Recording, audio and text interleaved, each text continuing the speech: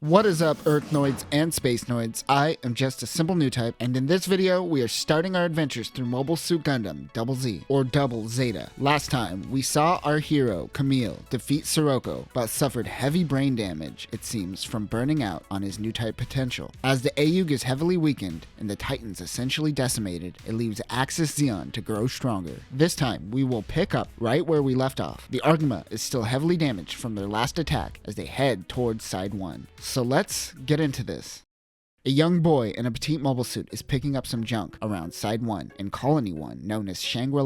This is Judau Ashita. He looks out to see the Argama approaching. On board the ship, Bright is trying to get access to dock at Colony 1, but their port is currently full. Fa is by Camille's side. He is still not completely there since his accident at the end of Zeta. Shinta and Kum are also concerned for Camille. Judau picked up what looks like a pod from the outskirts of the colony. He heads back with the pod. The Junkers are hoping to get some money for this pod. They open it to find Yazan Gable passed out. Now remember, at the end of Zeta, Yazan's Hambrabi was destroyed by Camille, but he was able to escape in time. Also, one thing I didn't mention at the end of our Zeta coverage, that Yazan is the one that actually kills Bask during the final battle instead of Rekawa in the movies. One of his junk friends, Bicha, comes in and tries to take his bounty, but Yazan wakes up and chokes Bicha. He tells him that they are on Side 1. Judau gives Yazan some food, during which he mentions that the Argama is here on this colony and he wants to check it out. Although this is how the conversation probably should have went down. I'm going to the Argama.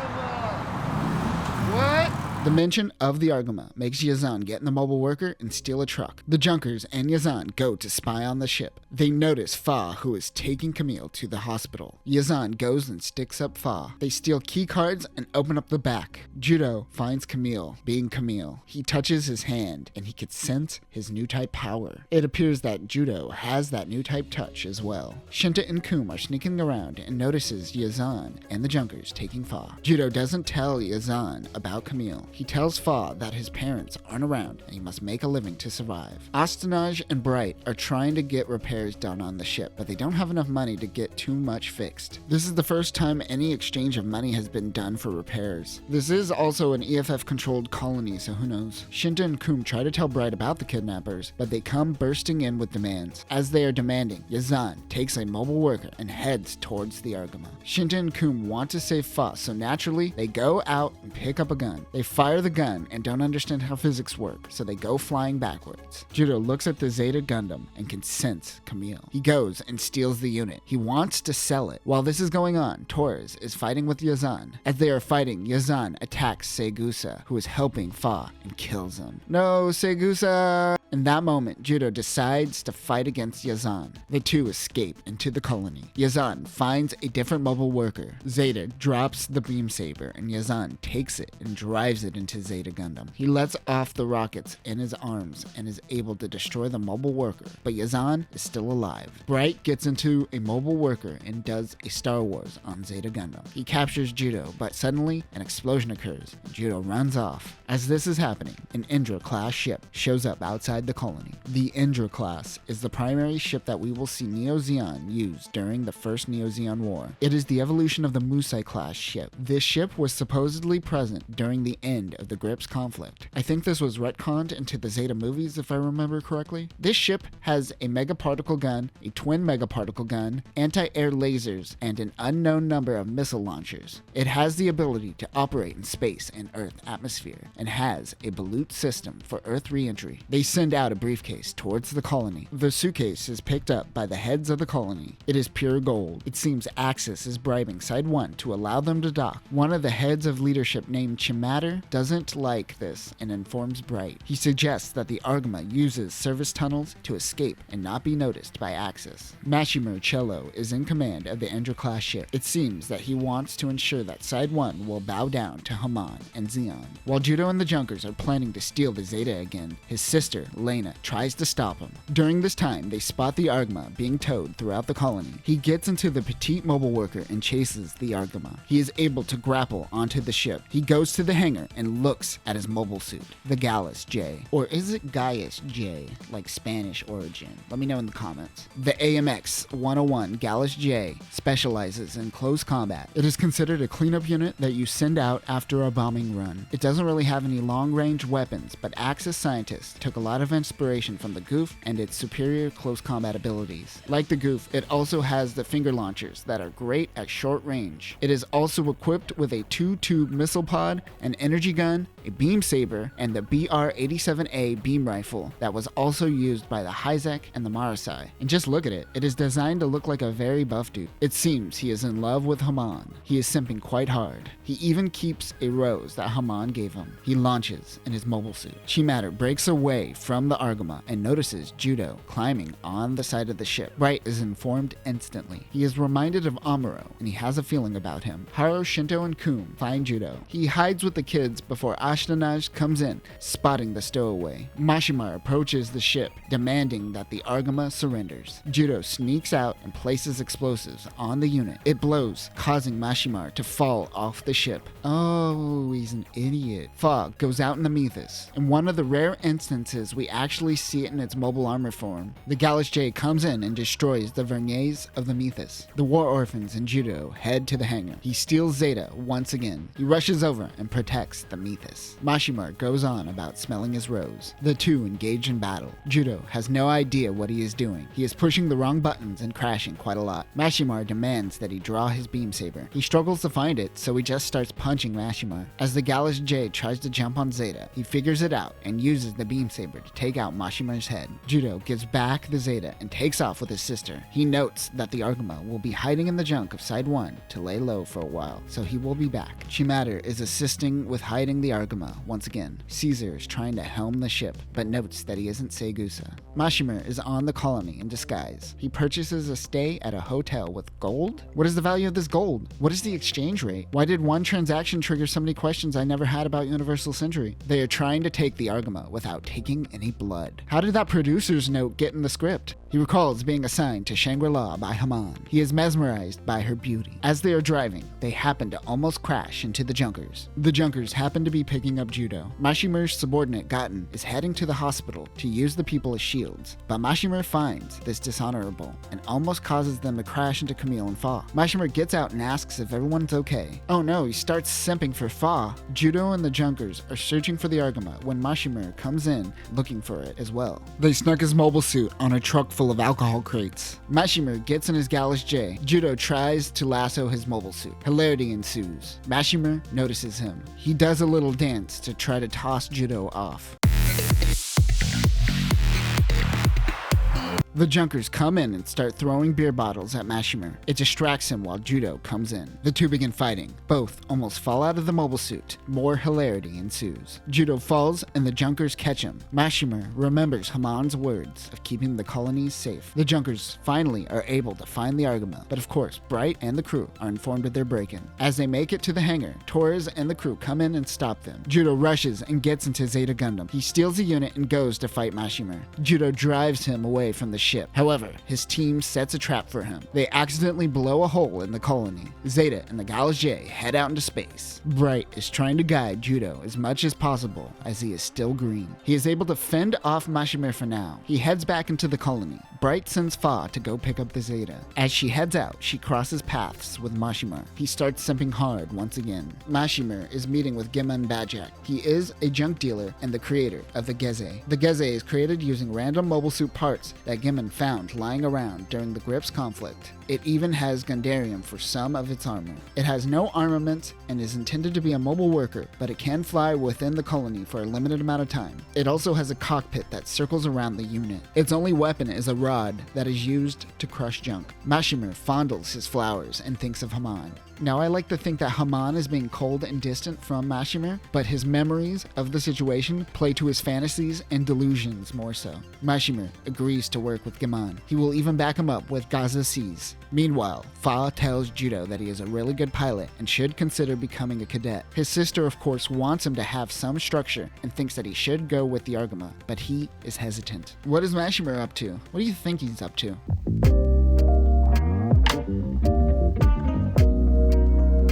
really does think that flower is Haman, doesn't he? If his subordinate didn't walk in, he would probably have fucked that flower. The junker L was spying on Mashimer's team and goes to tell Fa. Fa steals L's car and goes to tell the Argama. The rest of the junkers go to school. Shinta and Kum of course follow and mess around and end up making a ZG in the school playground. L comes in to find Judau and informs him that an attack is about to take place. The giant ZG makes the mobile armor think Zeta Gundam and it heads towards the school. They threaten to destroy the school if Zeta Gundam doesn't come out. Judau decides to Looney Tunes this shit by distracting them and tying a rope around the Geze's legs. It somehow works and knocks over the mobile worker. A mysterious man shows up. It is Yazan. He goes and tries to steal the Geze, but he forgot that he was in a Looney Tunes cartoon. Fa heads back to the Argama and launches in Zeta Gundam. She heads to the school and begins fighting the Geze. Fa doesn't want to use any weapons within the colony, so she gets all punchy. Judau and the Junkers find these round tanks, and he has a plan. He distracts the mobile worker while the Junkers goes to break off the tanks, causing it to roll down the hill, crushing the mobile worker. The mobile worker makes this sound effect. Yay!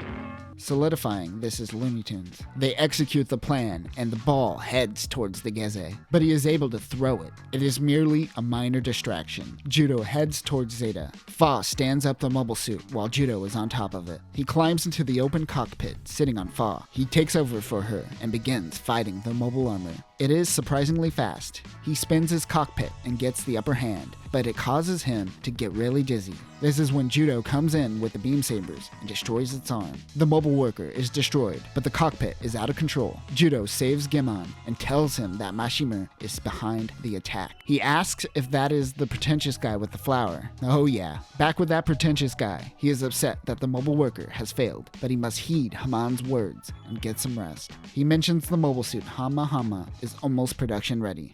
Mashimer is trying to find a way to once again defeat the Argama without hurting Shangri-La. He looks at his Haman flower and remembers a time when she told him that there are times when you aren't able to handle things in a noble manner. The Argama crew feeds the Junker kids. They refer to the food on board the ship as gourmet. Damn, if these kids think that military-grade food is gourmet, what are the living conditions of Shangri-La? This must be an extremely poor colony. I mean, the Argama and White Base was always stocked with burgers, but they never seemed like good burgers. They always come off seeming like dry gas station burgers. It's no McDaniels, that's for sure. While the kids are eating, Bright asks if they could help out on board the ship while they are docked at the colony. He even offers them a place on board the ship if they want to join. They plan on meeting up with Levi and Rose after leaving Shangri-La. Judau doesn't want to, however, and prefers working on the colony. The others seem okay with staying on the ship, and Lena thinks it would be good for him to work on the ship as well. He smacks the food out of her hand. That is when Fa comes in and gives our protag a good old Gundam slap. As he runs out of the Argama, he hears something. He thinks it is close by, but it is actually his new type powers sensing Mashimer from afar. He happens to be launching the AMX 102 is an artillery bomber designed to work with the Gallus J. You can't introduce Wu-Tang members this late in the game, man. It can hold up to 44 missiles and is armed with 30mm Vulcans along with a scattering beam gun and beam sabers. Its shoulder shields will go on to evolve and be later used in the Gyaradoga. A booster pod can also be attached to provide additional thrusters. He launches, but not before taking a whiff of his flower. 2 Gaza C's will catch up with him once they are ready. Look at this guy. He's got a lot of wine. Why are we spending so much time with this guy with the wine?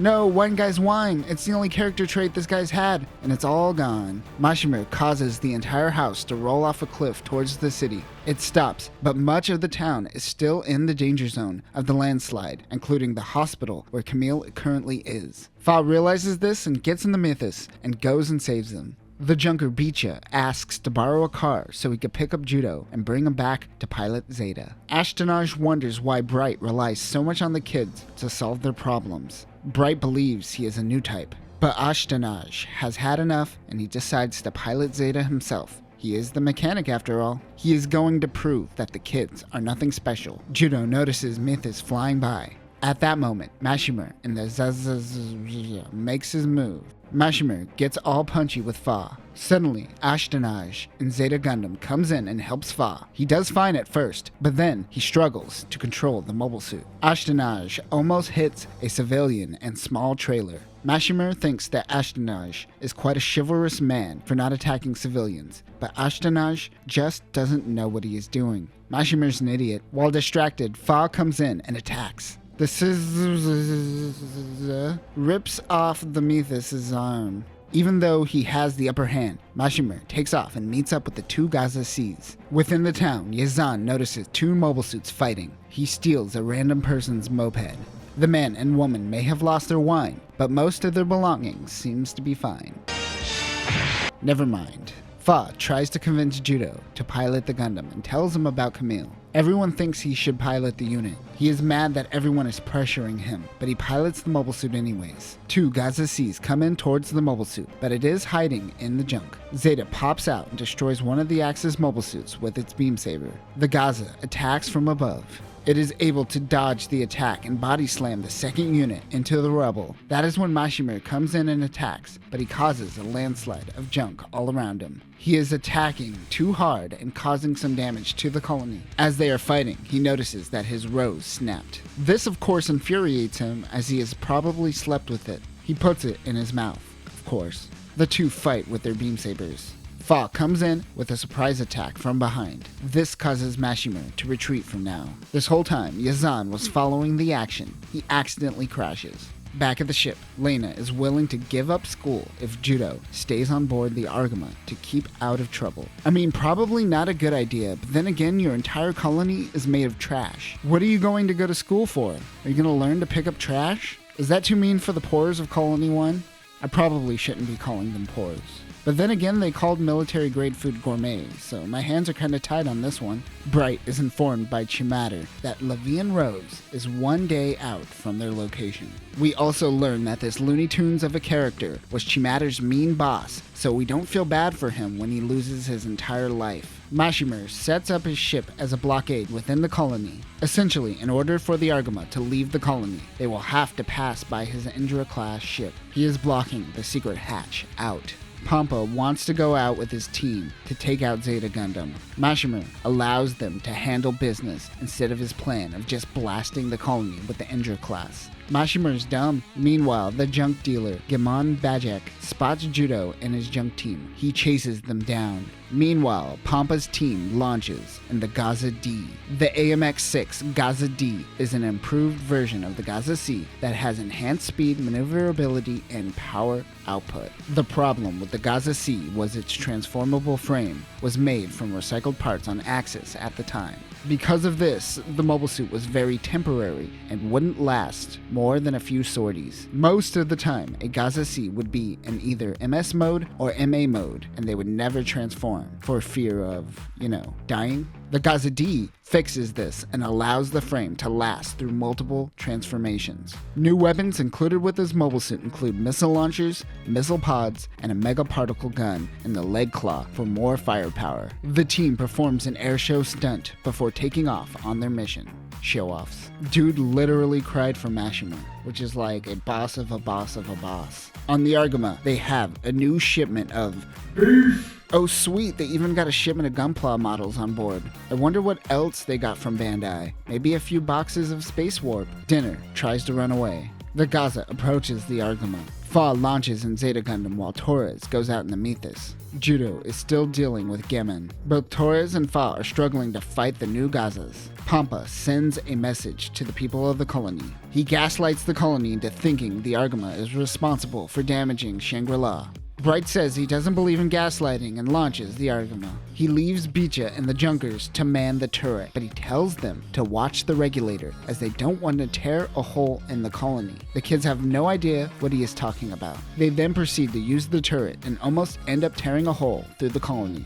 Whoops. Gimon is choking Judau when suddenly someone attacks him from behind. It is a young woman, but Judau and the gang don't have time to talk. They have to get back to the ship. He yells out asking what her name is. She says she is Rue Luca of Levian Rose. She heads back to the Neo Core fighter and takes off. The FXA-07GB Neo Core Fighter is Anaheim Electronics' new baby that they developed off of the original principles of the core block system. This core fighter will also act as the cockpit and core block system for the pivotal Double Zeta Gundam that we will see soon. Like the original core fighter, this has limited firepower and is mainly used as a recon vehicle. I guess you could kamikaze someone with it.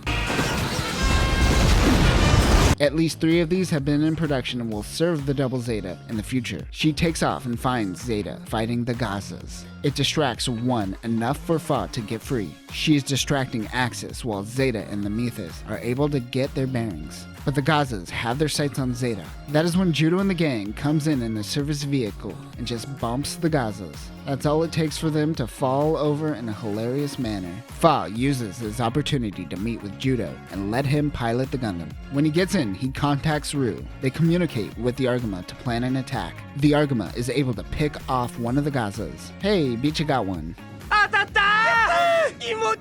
Don't get cocky, kid. The 3 remaining Gazas do the Gaza Storm formation. They use smoke blinding Judau. Then they begin attacking by bombing the area. Ryu finds a hole in the colony and realizes that the smoke is leaking out. She apologizes to Shangri before shooting at the colony, making a bigger hole. The smoke clears and pulls out one of the Gazas. He attacks the 2 final units. Zeta is able to punch both units into space, clearing the colony.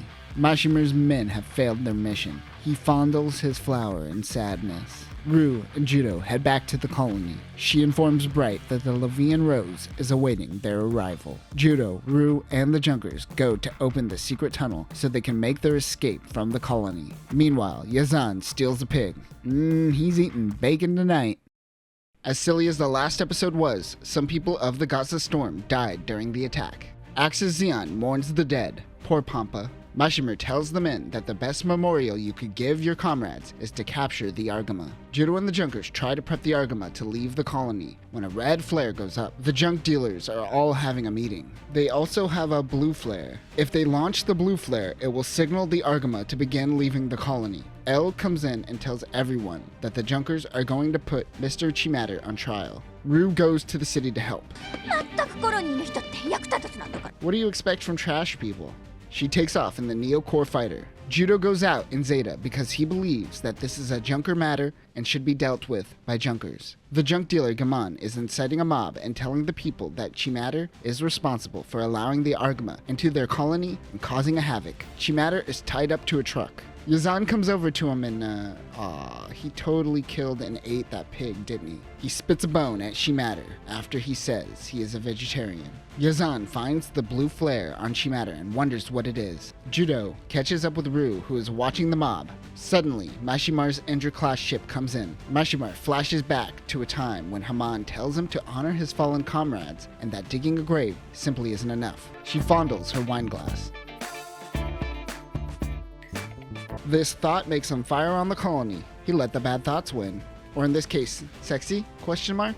The explosion causes the mob to disperse. Ryu goes out in the core fighter while Judau goes in to save Chimatter. Giman and Yazan begin fighting with one another. Judau kicks Yazan in the balls. Giman and Yazan get into the Gezes. Them getting ladders to climb into their mobile suits had me laughing harder than any of the Looney Tunes gags. Chimatter heads out with Ryu in the core fighter, but tells Judau he left the flare. Judau goes back to find the flare and the 2 Gezes try to stomp on him. Yazan accidentally crushes the blue flare. Bright sees this and launches the Argama, even though the path isn't clear yet. Judau goes back to Zeta, which is now buried in rubble. The 2 Gezes find him. The Argama begins leaving without Judau. He needs to hurry. He is finally able to get into Zeta. The Gezes begin attacking the Argama with trash. Judau is able to contact Bright and inform him that the flare went off by mistake and the hatch isn't open yet. He shoots down Giman's Geze. Yazan is hanging on to the Argama.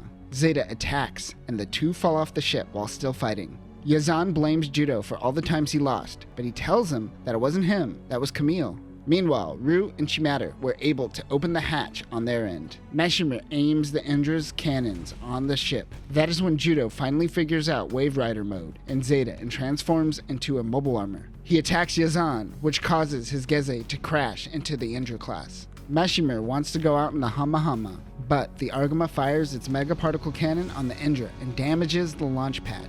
The Indra makes its retreat. Meanwhile, Judau is struggling to change back into Mobile Suit mode. Zeta and the Argama finally make their leave from Side 1. Mashimur once again mourns the death of his men. One of his men finds a bone. Yep, Neo Zeon definitely killed that pig.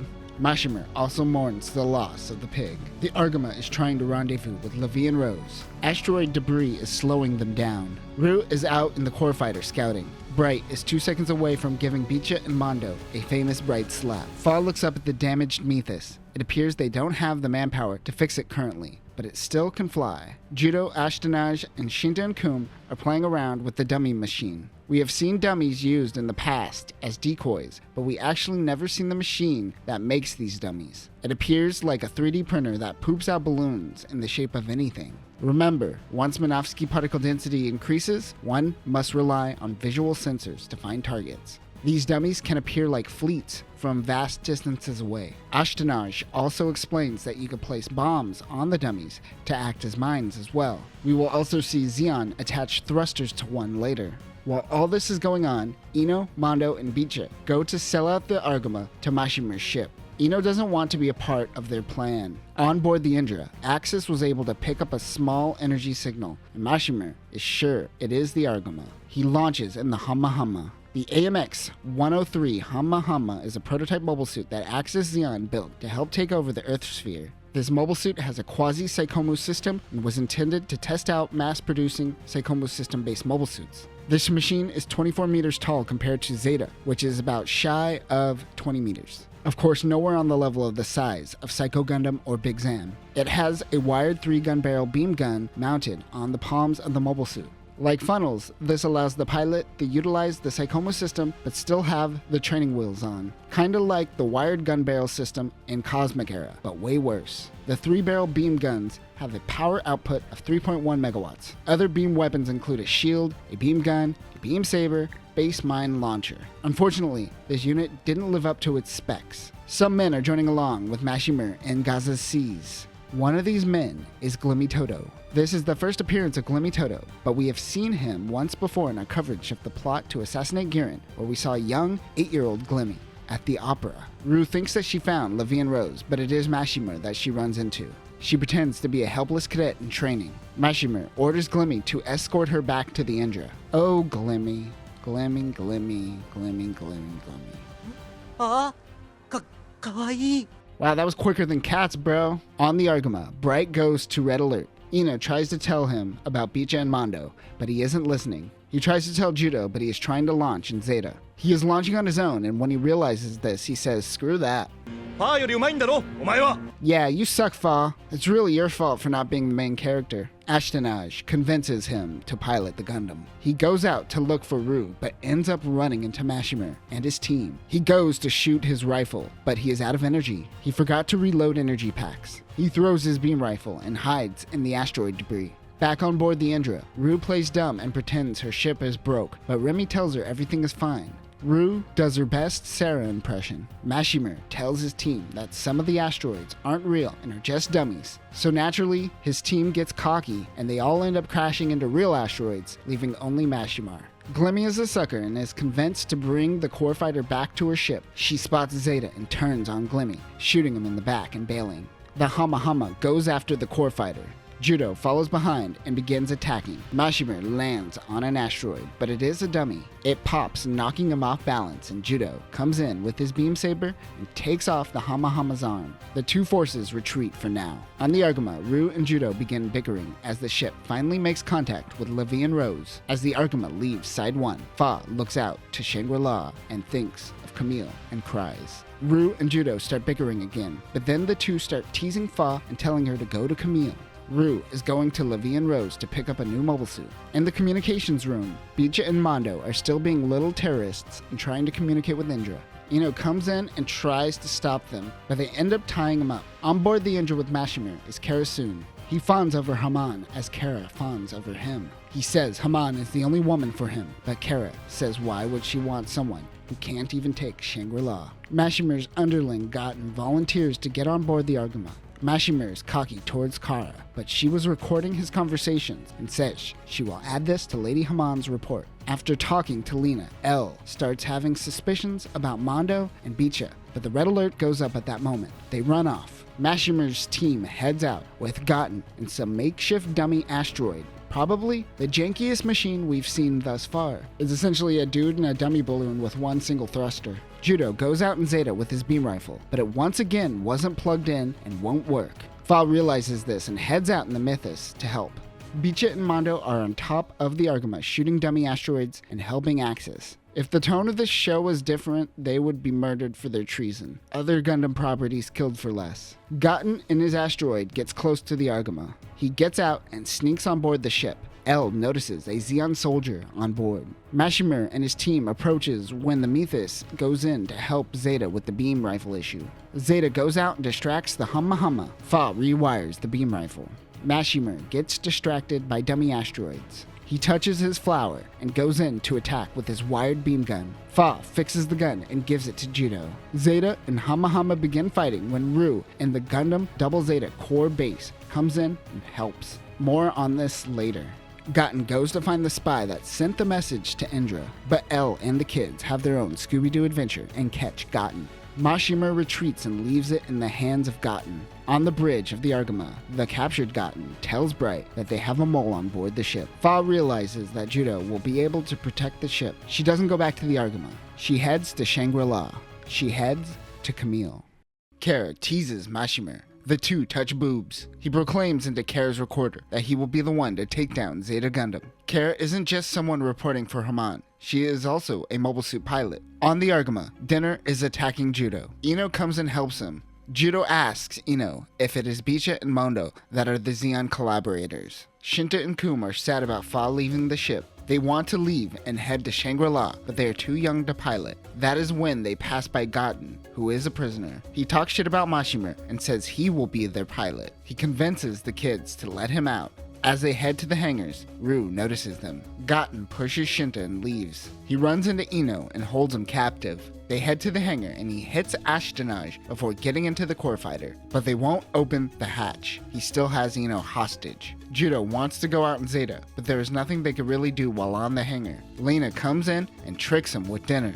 I hate it when Dinner attacks. Meanwhile, Bicha and Mondo go and open the hangar. They take off. Ru and Judau take off as well. While Ino is putting on his spacesuit, the core fighter crashes. Ino and Gotten fly out. He just so happens to run into Mashimer in the Humma Humma. He picks up Gotten and they proceed towards the Argama. Kara is watching Mashimer from afar. She is piloting the R Jarja. The AMX 104 R Jarja was created based off of an old design that was the evolution of the Gyan. This is a close combat mobile suit. It is equipped with a heat bayonet, a customized beam saber, and two variable shield, which are shoulder-mounted shields that can rotate to protect the rear, sides, or front. The variable shields also have two missile pods mounted on it. She is extremely turned on by her mobile suit. When she gets inside of a mobile suit, she tends to react this way. Mashimer heads in and attacks the Argama. Bright tries to get assistance from Levian Rose. On Levian Rose, they happen to have picked up Ino. They get a call from the Argama requesting assistance. Judau in Zeta goes and attacks one of the Gazas. He is angry and assumes that Ino is dead. Mondo and Bicha go to the hangar and steal one of the core fighters. As they take off, they run into Kara and is captured by her R Jarja. She throws the core fighter, but Judau comes in and attacks her. Kara grabs Zeta and Mashimer comes in and shoots down Zeta's head. It is heavily damaged. As Judau drifts off, he notices Bicha and Mondo in a crashed core fighter. He bails from Zeta and gets into the core fighter. As Judau takes off, Kara prevents Mashimer from chasing him because of her soul? 魂よ。魂の躍動なのよ。 Okay. Judau runs into Ru in the core base. She tells him that the core fighter is a part of the new mobile suit and to follow her. But first, Bicha and Mondo have to leave. Judau kicks them out into space. He syncs up with the core base and it transforms into Gundam ZZ. The MSZ 010 ZZ Gundam is another mobile suit that was a part of the Anaheim Electronics Zeta program. Just a quick rundown on the Zeta program mobile suits so far. It started with Gamma, which eventually became the Rick Diaz. Then the Delta Gundam, which evolved into the Hyakushiki.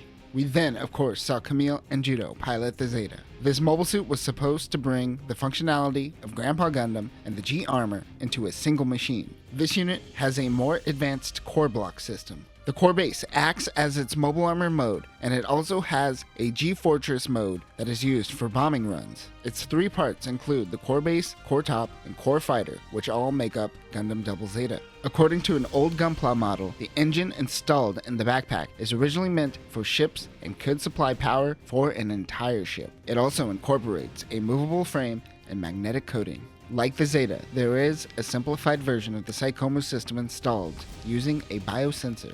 The Double Zeta Gundam has a number of strong weapons, including 2 hyper beam sabers, which are also usable as beam cannons, a 21-tube missile launcher installed on the backpack, and a high mega cannon on the forehead. More on the high mega cannon later. Other weapons include Vulcans and a winged shield mounted on the forearms. Mashima begins fighting Judau once again, but he is way faster now. Double Zeta uses the beam cannon and destroys the Hamahama's shield. Mashima retreats for now. Judau grabs the remains of Zeta Gundam and returns to the Argama. Back on the Indra, Mashima wants to leave because of Kara. Glimmy holds on to Mashima as he doesn't want him to leave. あの女はモビルスーツのコックピットに座ると興奮しちゃうような安っぽい女なんですよ。 Tell me about it, Glimmy. Everyone except for Glimmy seems to be happy that he is leaving.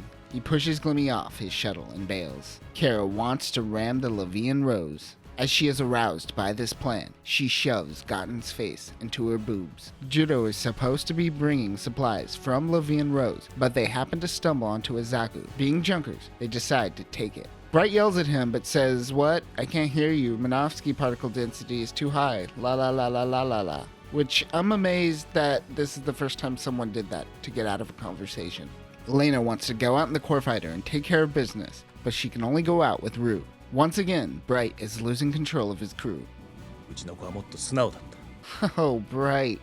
Oh, you poor soul. Bright thinks of his terrorist son. Kara and Indra approach Levian Rose. They begin firing on her. Space Cindy Lauper is turned on and they ram directly into the ship. Glimmy goes and launches in his Gaza. Glimmy chases down the core fighter to see if it is Rue. His masculinity was hurt when she shot him in the back. Rue thinks he has an Oedipus complex. Judau and the Junkers finally contact the Argama. They tell him that Rue and Lena went out to fight since they were messing around with the Zaku. Judau jumps into action while Bicha touches L's boob. Glimmy catches the core fighter. Lena seems to be a new type as well as she reaches out to Judau in a moment of fear. Rue says she will go with Glimmy if she spares Lena. Once again, Rue tricks Glimmy and pushes him out into space. She gets back into the core fighter and takes off as Glimmy repels back to the Gaza. More Gazas launch. The 3 core fighters meet up finally to form Double Zeta, but they are being distracted from transforming. The Argama is making its way to the action. Ino jerry-rigged Zeta Gundam with parts of the downed Zaku to get it functioning. Ino launches in the Zeta Zaku. Only 180 degrees of the cockpit is currently working. This is because the old mono-eye sensor from UC0079 didn't have the 360-degree sensor that these spoiled kids have today. Glimmy goes in to attack Zeta Zaku. This is Judau's opportunity to transform into Double Zeta. The Levian Rose arms are tearing apart the Indra-class ship. They try to get out of the range of the satellite. Kara launches in her R-Jarja. Kara and Judau begin fighting with melee weapons. Judau is suddenly able to sense something in his head. It is Lena. She fell out of the core fighter. He fires off the high mega cannon. I didn't mention this earlier, but the high mega cannon, which is emitted from the head, has a 50 megawatt output. To give some perspective of how strong that is, it is 26.3 times as powerful as Grandpa's Boa XBR M7907G beam rifle and 1/5 the power of the solar ray.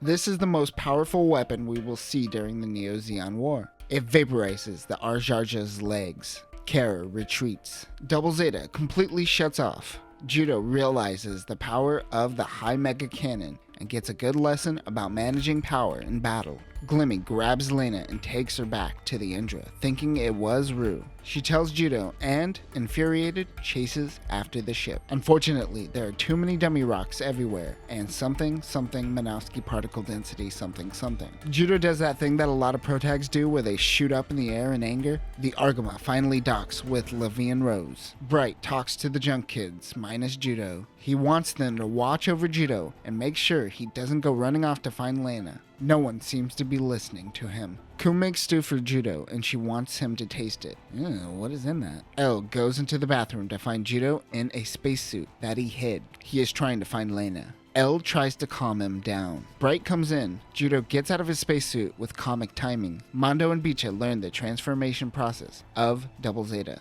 Of course, the two are going to steal the mobile suit once again. Judau goes to the hangar and sees that L is there with a spacesuit. While Double Zeta is going through tests, Judau tries to take the Gundam, but Ashtonage stops him. On the Indra, Glimmy is teaching Lena proper table manners. She does come from a trash colony, but we are about to witness an interesting dynamic between these two that greatly reflect the imperialistic ideas Zeon preaches throughout this series. Think of the Neo Zeon war like the Crusades. Noble knights fighting for God's will, instilling their beliefs on another culture. These knights, however, are the children of Zeon, the offspring of those who truly attempted a revolution, simply trying to instill their forefathers' beliefs onto others. I think of Glimmy and Lena's relationship as a microcosm for the war that is about to come. Simply one group trying to tell another the right way to live. In the hangar of the Indra, Kara touches her mobile suit.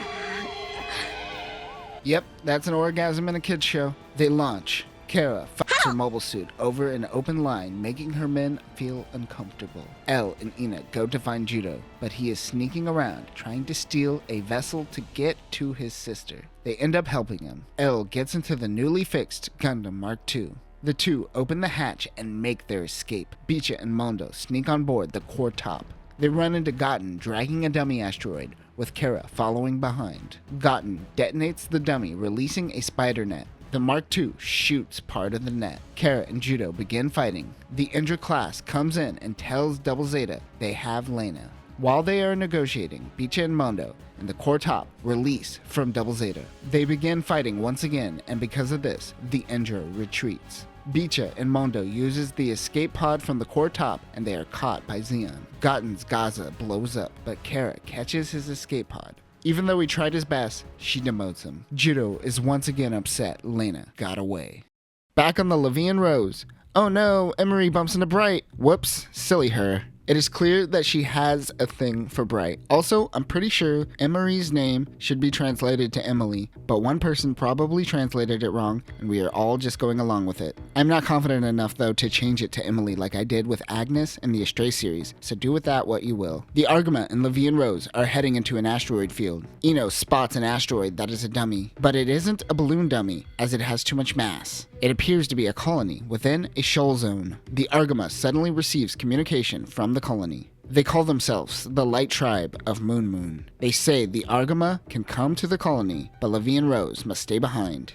Moon Moon is an open-style space colony that we really only ever see again in Sweetwater Colony in Char's counterattack. The members of the Light Tribe come barging in the hangar with their Tritons? Yep, that's Tritons. They tell the Argama crew that their giants are dangerous. Of course, they are referring to their mobile suits. They want to destroy them, but Judau suggests that they take it apart and make it seem like it is destroyed. The tribe agrees to this. Luckily, they don't know that Double Z can function as a core fighter when taken apart. The crew all play along and pretend like they can never fix the mobile suits, and all is lost. They allow Bright and the team to go and meet with their prophet. While this is happening, a group of random people meet and punch Judau in the stomach and kidnap him. They enter the colony to see most of it has been taken over by nature. Meanwhile, Kara and Gotten, along with Bicha and Mondo, are also there. Gotten reminds Kara that they are simply stalling here until Glimmy comes with a new ship. Bicha and Mondo escort her as she walks through the colony. Judau is taken captive in the colony when they run into Kara. The people who captures Judau also captures Kara. The tribe leaders want the Argama crew to join the Light Tribe in order to resupply the ship. Bright realizes that the tribe wants the ship for some reason.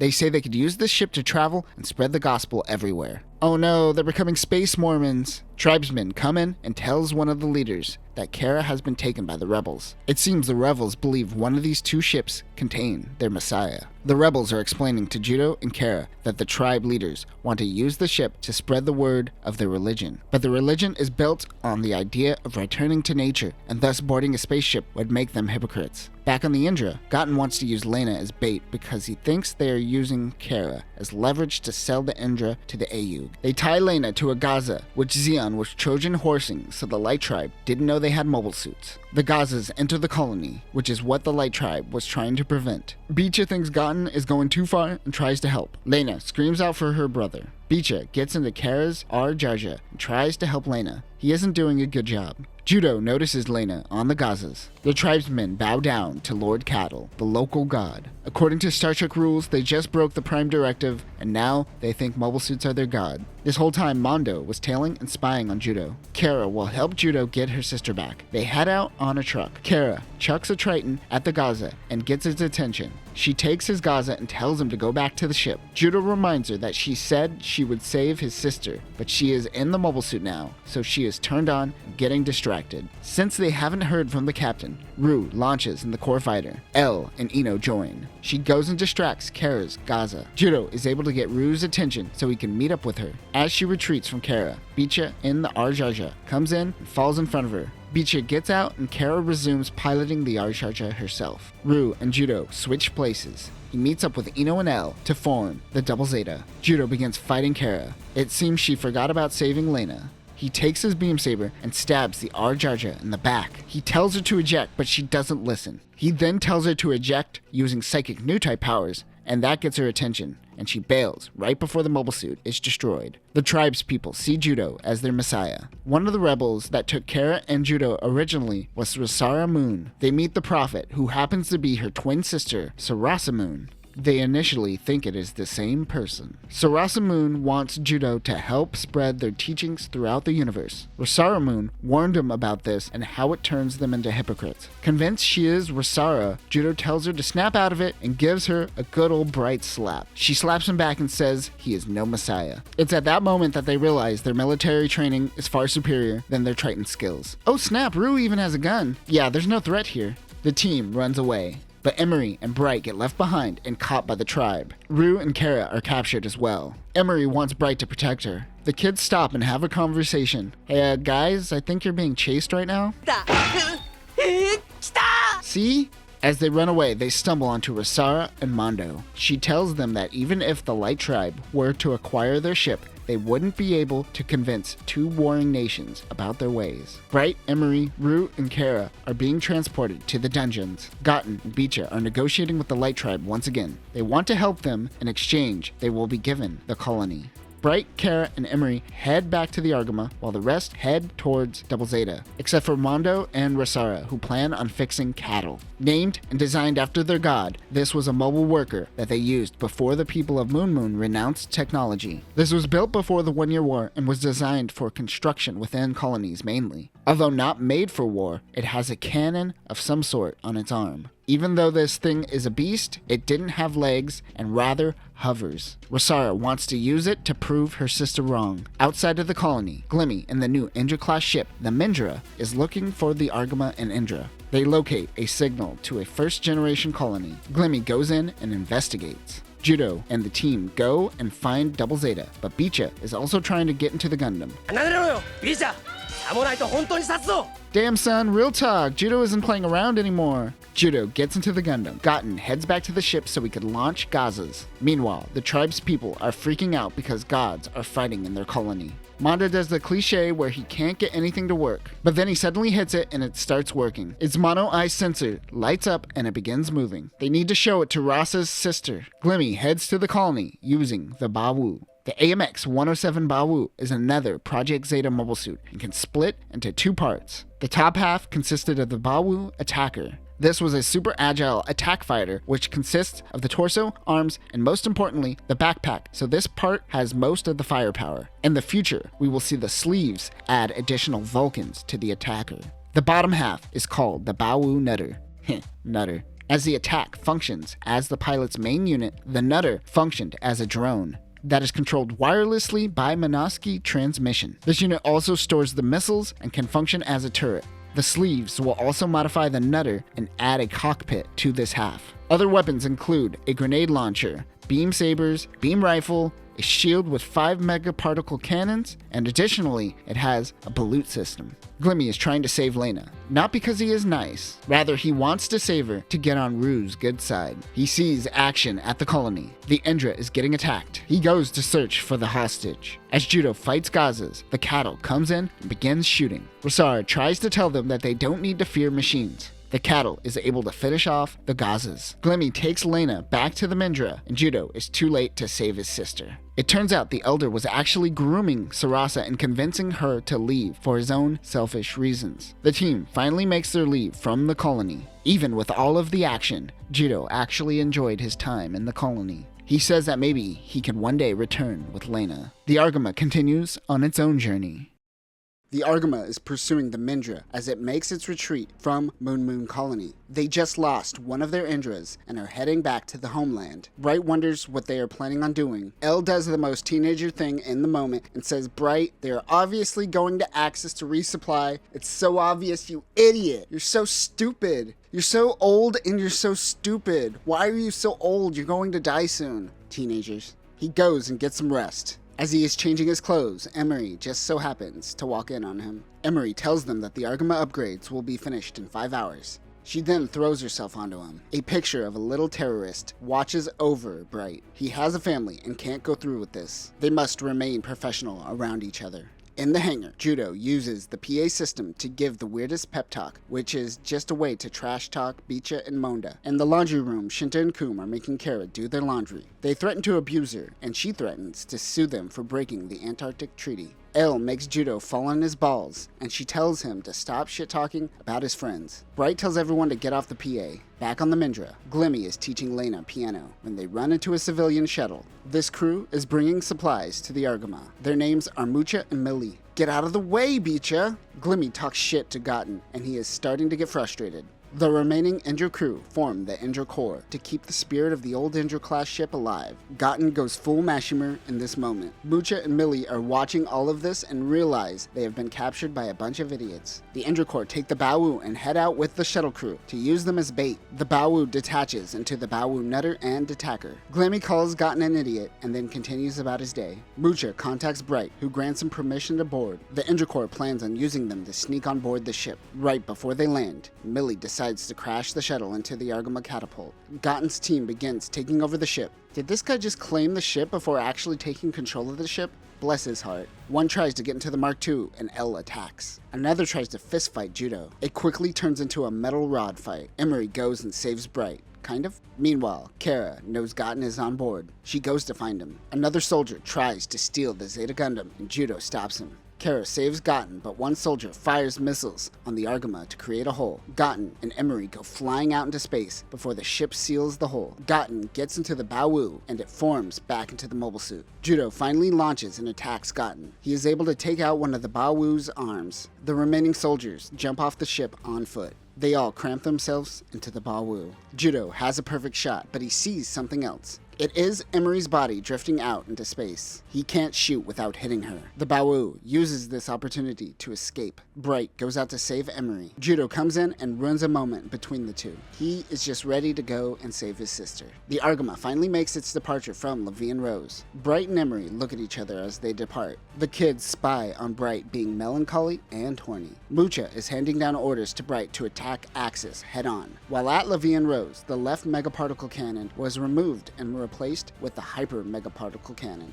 This weapon is designed to attack Axis head-on. The thing is a beast, but I can't find numbers on its output in terms of megawatts. Also on board is the Mega Rider, which is a jet ski that a mobile suit could ride. More on that later. Judau realizes that Lena is most likely at Axis, and she might get killed during their assault. He thanks Millie for this information by choking her out. Also, he messes up a paint job. The Argama is passing by an abandoned colony.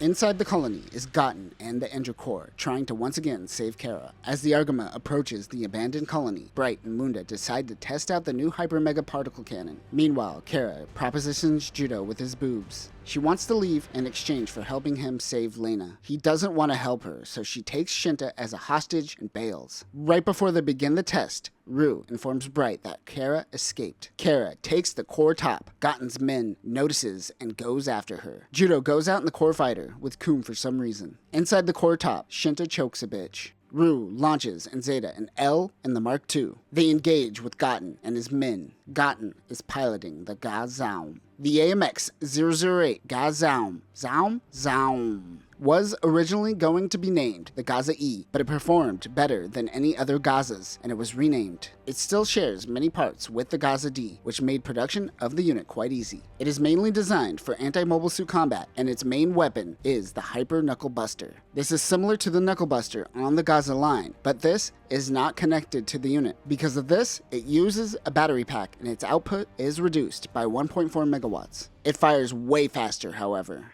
Other weapons include 80mm Vulcans, a missile pod which uses homing missiles, and a beam saber which doubles as a beam launcher. He heads towards the Argama and begins launching homing missiles to distract Rue and L. Judau can hear on the radio that Shinta is fighting with Kara. Judau and Ino use this opportunity to transform. They are going to force Kara and the core top to dock.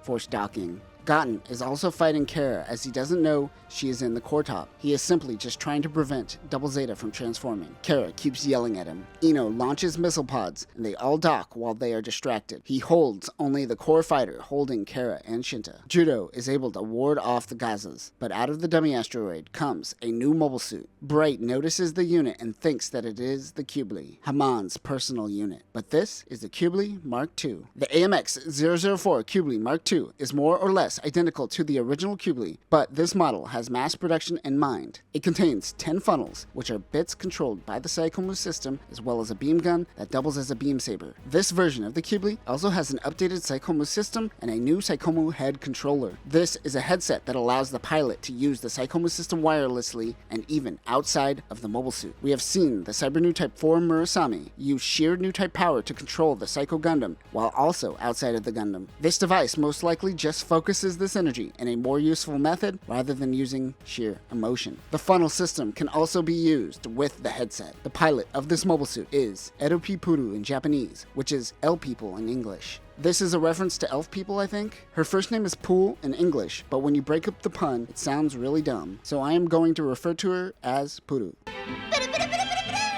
She uses her funnels on the Argama crew, getting a direct hit on L, Rue, and Judau. Bright thinks it is Haman, so he decides to test the new Hyper Mega Particle Cannon on the Kubli. The Argama fires, but misses. However, everyone watches the sheer power. Judau realizes he can't let that power hit Axis while his sister is on there. He decides to go off on his own in the core fighter and heads towards Axis. On Axis, we see the Minger docked next to a red Indra-class ship called the Landra. We will soon see Kara captain this ship. We are starting to see a new shift in Glimmy's confidence, which is manifested through his new outfit, which boasts his family crest more so than neon branding. He meets with Haman Khan. This is her first appearance in the series. That isn't a flashback. Haman wants Glimmy to take command of the new Psycho Gundam. He wonders if she has a pilot in mind. A bunch of asteroids clog up the hangar of Axis. One of the asteroids is a dummy with Judau in the core fighter hiding inside. He sneaks onto the asteroid. On the asteroid, Puru is taking a bath when she instantly senses the Double Zeta pilot. As she runs out, Glimmy, with Lena, tries to mansplain proper etiquette. Bicha and Mondo are still with Zeon, acting as their servants. They too decide to sneak into Axis. While Judau is walking around Axis, he runs into Puru. This episode has a lot of our main characters running into each other without realizing it. Bicha could have sworn he saw Judau, but that wouldn't make sense. Puru and Judau go to get some ice cream, and Puru licks his face. She remembers that Glimmy had Lena with her.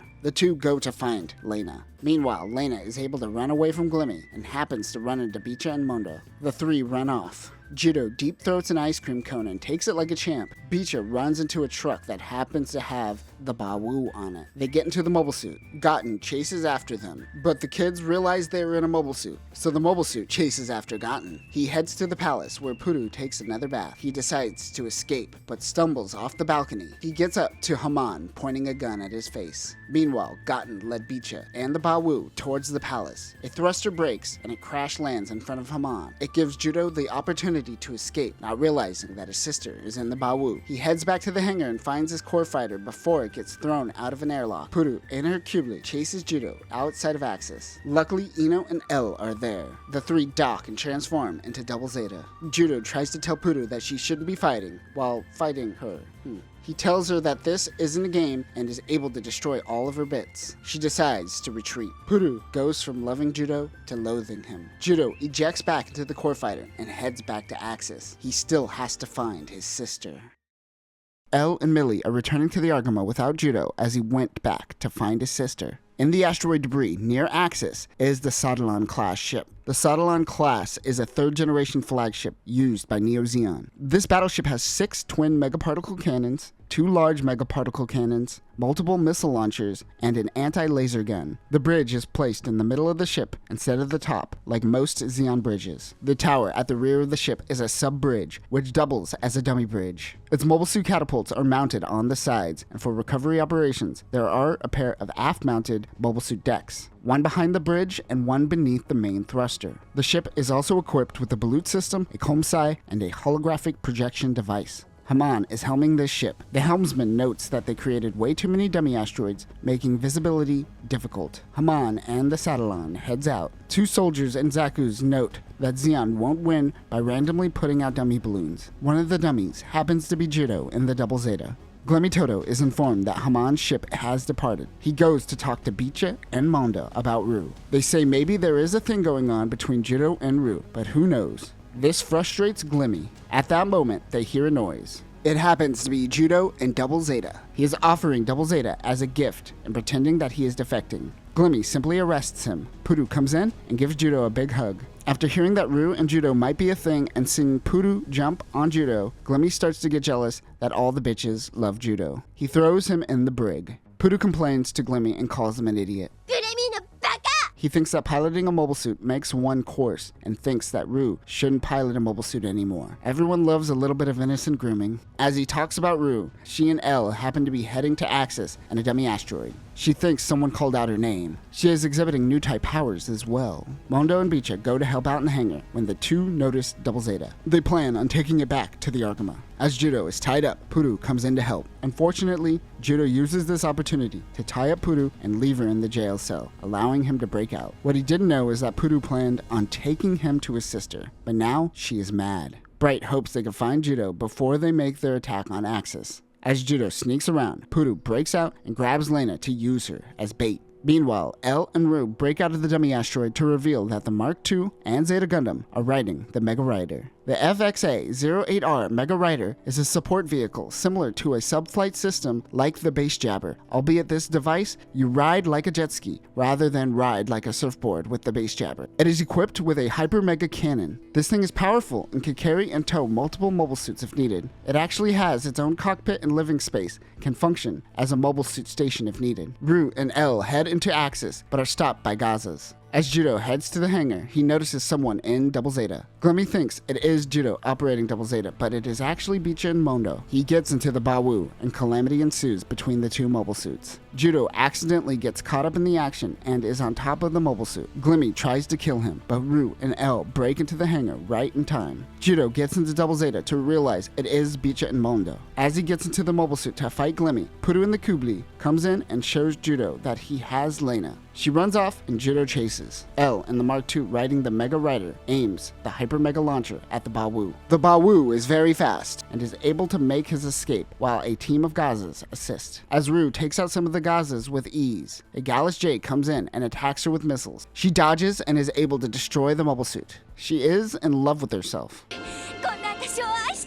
Ru is slowly becoming Kara. The Argama gets in range of Axis. Meanwhile, inside the asteroid, Puru and Judau engage in battle inside the colony. There are citizens everywhere and Judau wants her to stop. She unleashes her bits onto Judau, but Puru uses too much power and fries the Psychomu system. As Judau goes in to save his sister, Glimmy comes in and swiftly grabs the Kubli. Judau and the crew head out of the asteroid and back to the Argama, but Judau doesn't want Bright to fire on Axis. Ru and Elle grab him and force him back to the ship. Bright fires the Hyper Mega Cannon on Axis, but he doesn't destroy it. He simply sends a warning shot in the area not occupied by citizens. But you know a few maintenance workers were totally just killed in that blast by accident. Sucks to be them. On the Argama, Judau, Bicha, and Mondo are thrown into the brig with Kara. The Argama makes its way towards Granada to resupply. As Torres and Millie talk about touring the Moon City, they run into Bright, who is talking to Wong. We haven't seen Wong since the Grips conflict, but to summarize, he is the Anaheim Electronics representative and money man for the AUG. He is also a really big dick. As usual, he is being very pushy with Bright. He says that Wong only thinks of people as pawns. He knows Bright is referring to Camille. Judau heads out with L and the others to get some food when Wong tells him that he must fix Double Zeta. He doesn't listen to Wong and he tries to correct him like he did with Camille. But Judau isn't having any of it and he kicks Wong in the stomach. Camille would be so proud of him. He and L run off into Granada to meet up with Millie and Torres. Their waitress, Cecilia, comes over to take their order. She happens to notice Torres, who fumbles to the ground. Strike! They seem to be friends from the past. Out in the city, Gotten and his men are spying in Granada. They plan on looking for the Argama crew as well as plant bombs within the city. Again? Damn, during the Grips conflict, Sarah was also successful at destroying a moon city. The moon can't catch a break. Torres says that he should go apologize to Wong and thinks that he may get kicked off the Argama for treating him like that. He chokes on some pizza and goes to the restroom. Elle follows and the two happen to overhear Cecilia talking to Gotten. She seems to be tasked with spying for Zeon. Bicha and Mondo head to the pizza place to see Gotten's men. They hide from them, but Millie comes over and outs them. A fight breaks out and everyone bails. Judau and the gang head back to the ship, leaving Torres and Millie at the pizza place. When Judau heads back to the ship to tell the captain, he overhears Wong calling him useless for wanting to save his sister. He runs off after hearing this. Meanwhile, everyone on the ship now wants pizza. The writers of this episode must have been craving pizza or something. Torres chases Cecilia while Bicha launches in Zeta, and Mondo gets in the Mark II, while Judau follows in Double Zeta. Bright is also starting to get annoyed by Wong. Gaozoms and Gazas attack them. Judau uses the high mega cannon on the mobile suits and are able to take them out. That was definitely overkill. Cecilia is still working with Gotten, but Torres wants to help her. She wants him to flee with her. Judau and Elle approach the two about Cecilia being a spy. We are left on a cliffhanger before Cecilia eventually spills the beans about being a spy. They inform the captain. Torres will try his best to ensure she isn't arrested.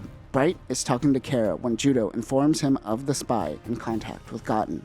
Bright touches Kara's boobs. Nice. Several cargo ships and mobile suits begin approaching them. While distracted, Kara makes her escape using Cecilia as a hostage. Kara smacks that ass and gets inside the Mark II. She, of course, is turned on by the mobile suit. She begins launching. Bicha, Mondo, and Ino were working on the mobile suit and are hanging on for dear life. They eventually fall off. Judau heads out in the Double Zeta and chases Kara. That is when Gotten's team decides to make his attack on Granada. Judau goes back in the hangar to grab his beam rifle. Kara gets the Mark II stuck. She smacks Cecilia and the two take off by foot. Torres comes in and smacks up Kara. Nice, this episode has everything. Cecilia takes off on her own for fear of getting arrested while Kara runs away when no one is paying attention. While running away, she happens to run into Anaheim Electronics. Gotten gives Cecilia money for spying on the Argama crew. She heads out into a shuttle with her family. Torres meets with her before boarding. She wants him to come with her, but Torres gives her a good smack and tells her that she is willing to sell out people just for her own selfish reasons. She was willing to lie to Gotten about which port the Argama is at and willing to get innocent people killed. Torres leaves her and heads back to the Argama. Outside of Granada, Judau begins fighting with Gotten's team. Cecilia's shuttle begins taking off. She drops her suitcase and notices that it is a bomb inside. Judau takes out mobile suits that are hiding behind the shuttle. He is able to take out one of Gotten's men. Cecilia takes the bomb and jumps out of the shuttle towards the Gaozom. Judau notices that it is Cecilia. He tries to chase them, but Gotten's ship fires at Double Zeta, allowing the Gaozom to land. As it lands, the bomb goes off, killing Cecilia, Gotten, and his crew members, whose names I refuse to remember. Torres looks out at the shuttle, thinking that Cecilia is still on board. He wishes that she finds a new life for herself, not knowing that she was just killed in action. Judau wonders why Cecilia did this. The Argama finally leaves Granada and starts making its way towards the Earth sphere. Madchar's shuttle meets up with the Argama once again, this time without getting captured. Madchar happens to be carrying the Hyakushiki. Last time we saw this mobile suit, Haman shot down Quattro, and he was nowhere to be found after that. Everyone wants to pilot the new mobile suit. Madchar has brought orders to Bright to shoot down Haman's flagship in the hangar. Bicha and Mondo convince Judau to head out in Double Zeta with a bunch of bombs and force Zeon to give back Lena. For some reason, he goes along with the plan, even though Bicha and Mondo think it will blow up Judau in the process. The Subtlon-class ship begins spreading Monovsky particles as they get closer to Earth. Haman sends out Rakin Dahakurin and his Dryson. If this name sounds familiar, it is because we have already been introduced to this character during Char's Deleted Affair. He took part in the Battle of Axis in UC-0082 and is Rick Dom Swy. The AMX-009 Dryson is a mass-produced heavy mobile suit that was developed from the battle data collected from the Rick Dom Swy.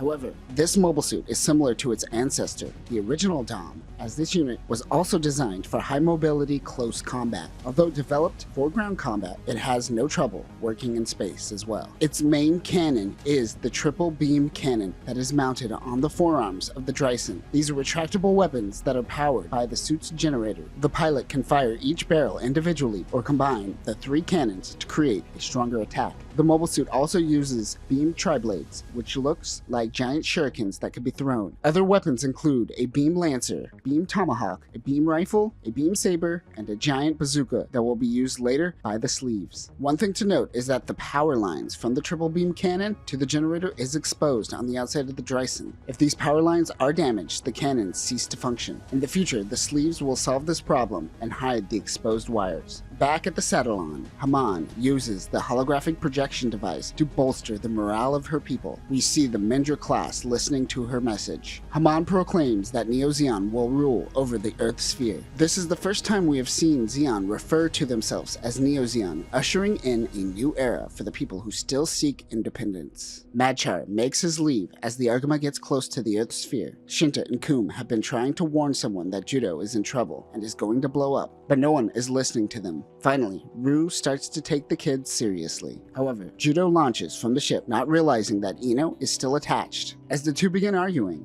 enemies start firing. Rue and L launch in the Mark II and Zeta. Judau breaks through one of the Indra's defensive lines. A Galzom gets caught in the bombs. Judau shoots at the mobile suit, causing the bombs to explode. The Galzom goes crashing into the Indra, taking the ship out. Haman is able to sense Judau. She notices that Double Zeta is searching for something. Judau is also able to sense Haman. She uses the hologram once again to tell Judau that Lena is on Haman's flagship. He has no choice but to land. Haman goes to meet with Judau. She takes him away alone. She jumps straight to the point. She tells him that there is clearly an attraction between the two. He wants to know where Lena is, but Haman says he knew she wasn't on board. He just wanted to see Haman. Quick.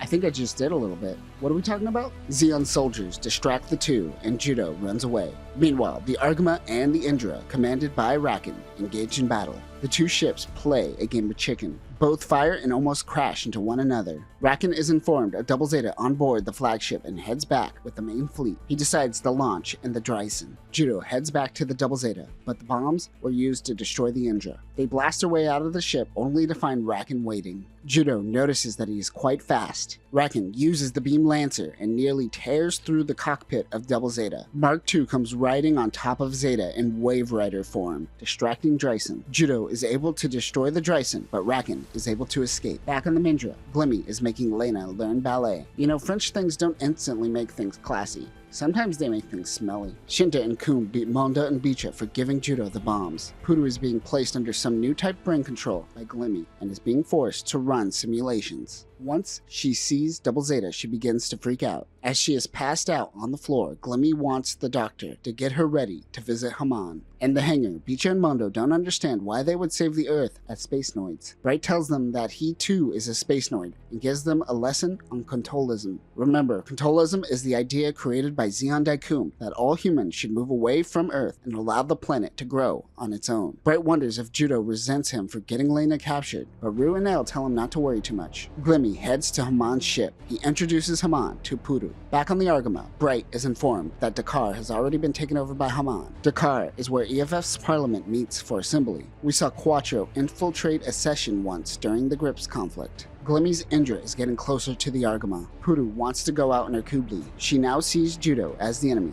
It seems her brainwashing is working. Glimmy launches in the Baowu with his team of Scizzas. Judau notices the mobile suits, but Pudu comes in and attacks him with her bits. She isn't messing around. El launches in the Mark II, riding the flying armor. Remember, the Mark II doesn't use a balut system and rather uses a subflight system to enter into Earth's atmosphere. We saw Camille catch some sweet waves with the flying armor during the Grips conflict. After an entire episode of Judau, Bright, and L yelling at Bicha for being spineless and wanting to leave the Argama after they land on Earth, Bicha decides to launch in the Hyakushiki. Puru and Glimmy double team Double Zeta. He realizes that Glimmy is manipulating Puru. Judau runs away and heads directly towards Hamon's flagship. The Kyubi unleashes her bits on him once again. This allows the Satalon to launch its balut system and prep for re-entry. The Scissors are doing damage to the Argama. Bicha and L defend the ship while Zeta Gundam does some ranged attacks. Judau grabs a hold of the Kyubi and opens his cockpit. He tries again to convince Puru to stop fighting, but she points a gun at him. She is slowly breaking free of the programming, but Glimmy comes in and distracts the two. She shoots Judau in the shoulder, and the two get back into their mobile suits. Judau goes in and attacks Glimmy.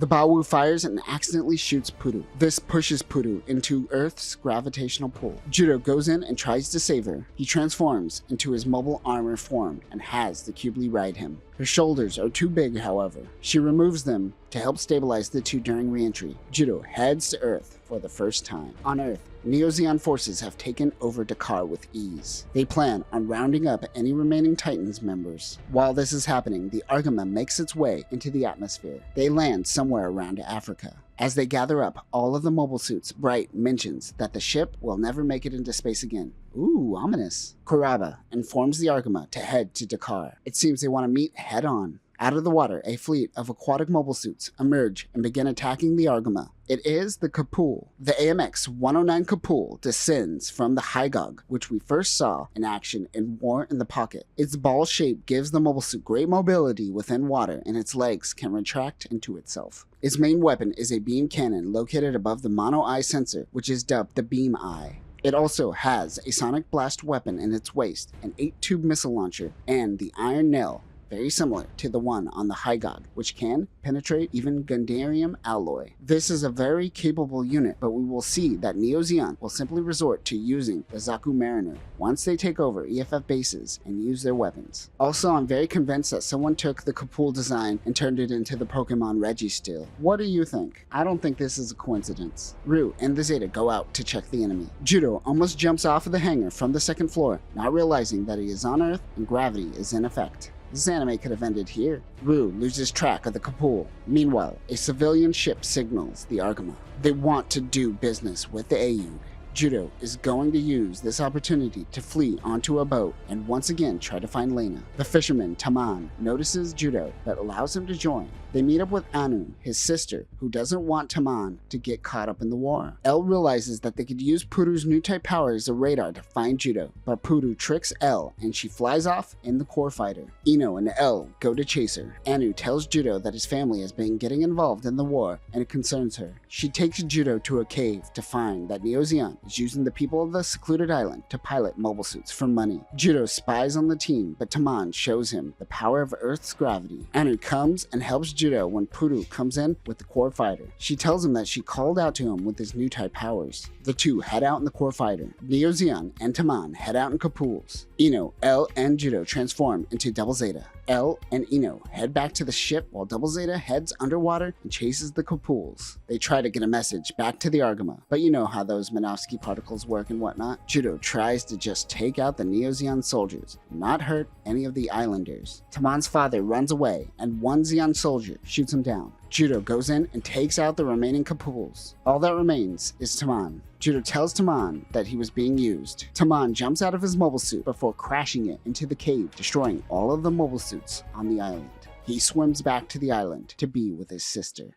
The Argama is planning with Kuraba. Now that Neo Zeon has taken over Dakar, they plan on retaking it, but it is taking some time to make a plan. The team decides to go on without the Argama, but to get to Dakar, they are going to need to go through the desert. Out in the desert is a small group of Zeon remnants known as the Rommel Corps. They have been laying low for some time. Their leader, Rommel, is informed that Zeon has taken over Dakar and that mobile suits will be making their way through the desert. Rommel compares the Argama to White Base. White Base? Ew, how old are you? It is clear that this group has been laying low since the 1-year war. They believe it is men of Azabi coming to reclaim Zeon independence. And it kind of is, but a lot has changed in 9 years. Someone needs to give these guys a recap episode quickly. Judau, L, Ru, Bisha, Mondo, Ino, and Puru are all out in the desert. They are trying to get into the Mega Rider, but Puru is locked inside, wasting all the water on a bath. Everyone is thirsty. Judau decides to go out in Double Zeta and find some water. Puru takes off in the Mega Rider and follows Judau. Since Puru is following, Judau might as well ride Puru. Yeah, I heard what I said. Before UC-0001, Pentax won the Great DSLR Wars. They are the #1 trusted camera of Universal Century.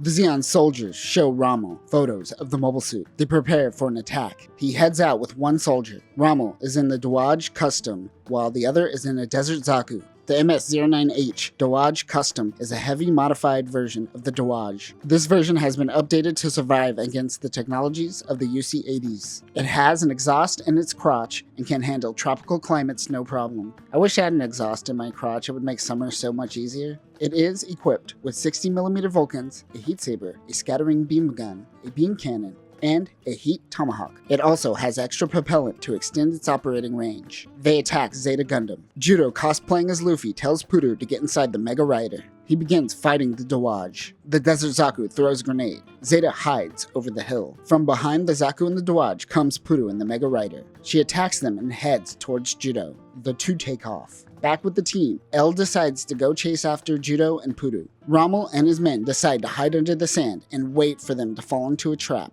The Hyakushiki, Mark II, and Zeta are struggling in the desert. Also, Earth's gravity is weighing them down hard. Puru heads back with L and the rest while Judau gets lured in. One Desert Zaku lures the team towards the others, hiding in the sand. Wait, why is L wearing a dress right now? As Judau approaches, the Rommel Corps fires on both Judau and their own man who lured them in. He is killed by his own team. Also, this guy's name is Callahan and he had a family or something. I wasn't paying attention. They surround Judau. The rest of the team rides Puru and heads towards Judau's location to help him out. Rommel and the Dawaj goes in to attack Judau. Bisha goes to help L, who is down. They get on the Mega Rider. The team is able to take out the entire Rommel Corps. But Rommel himself. Judau gets out of the cockpit. Rommel sees that he is a mere child. He laughs to think that his entire team was killed by children. Filled with rage, he goes to attack Judau. Oh no, is he okay?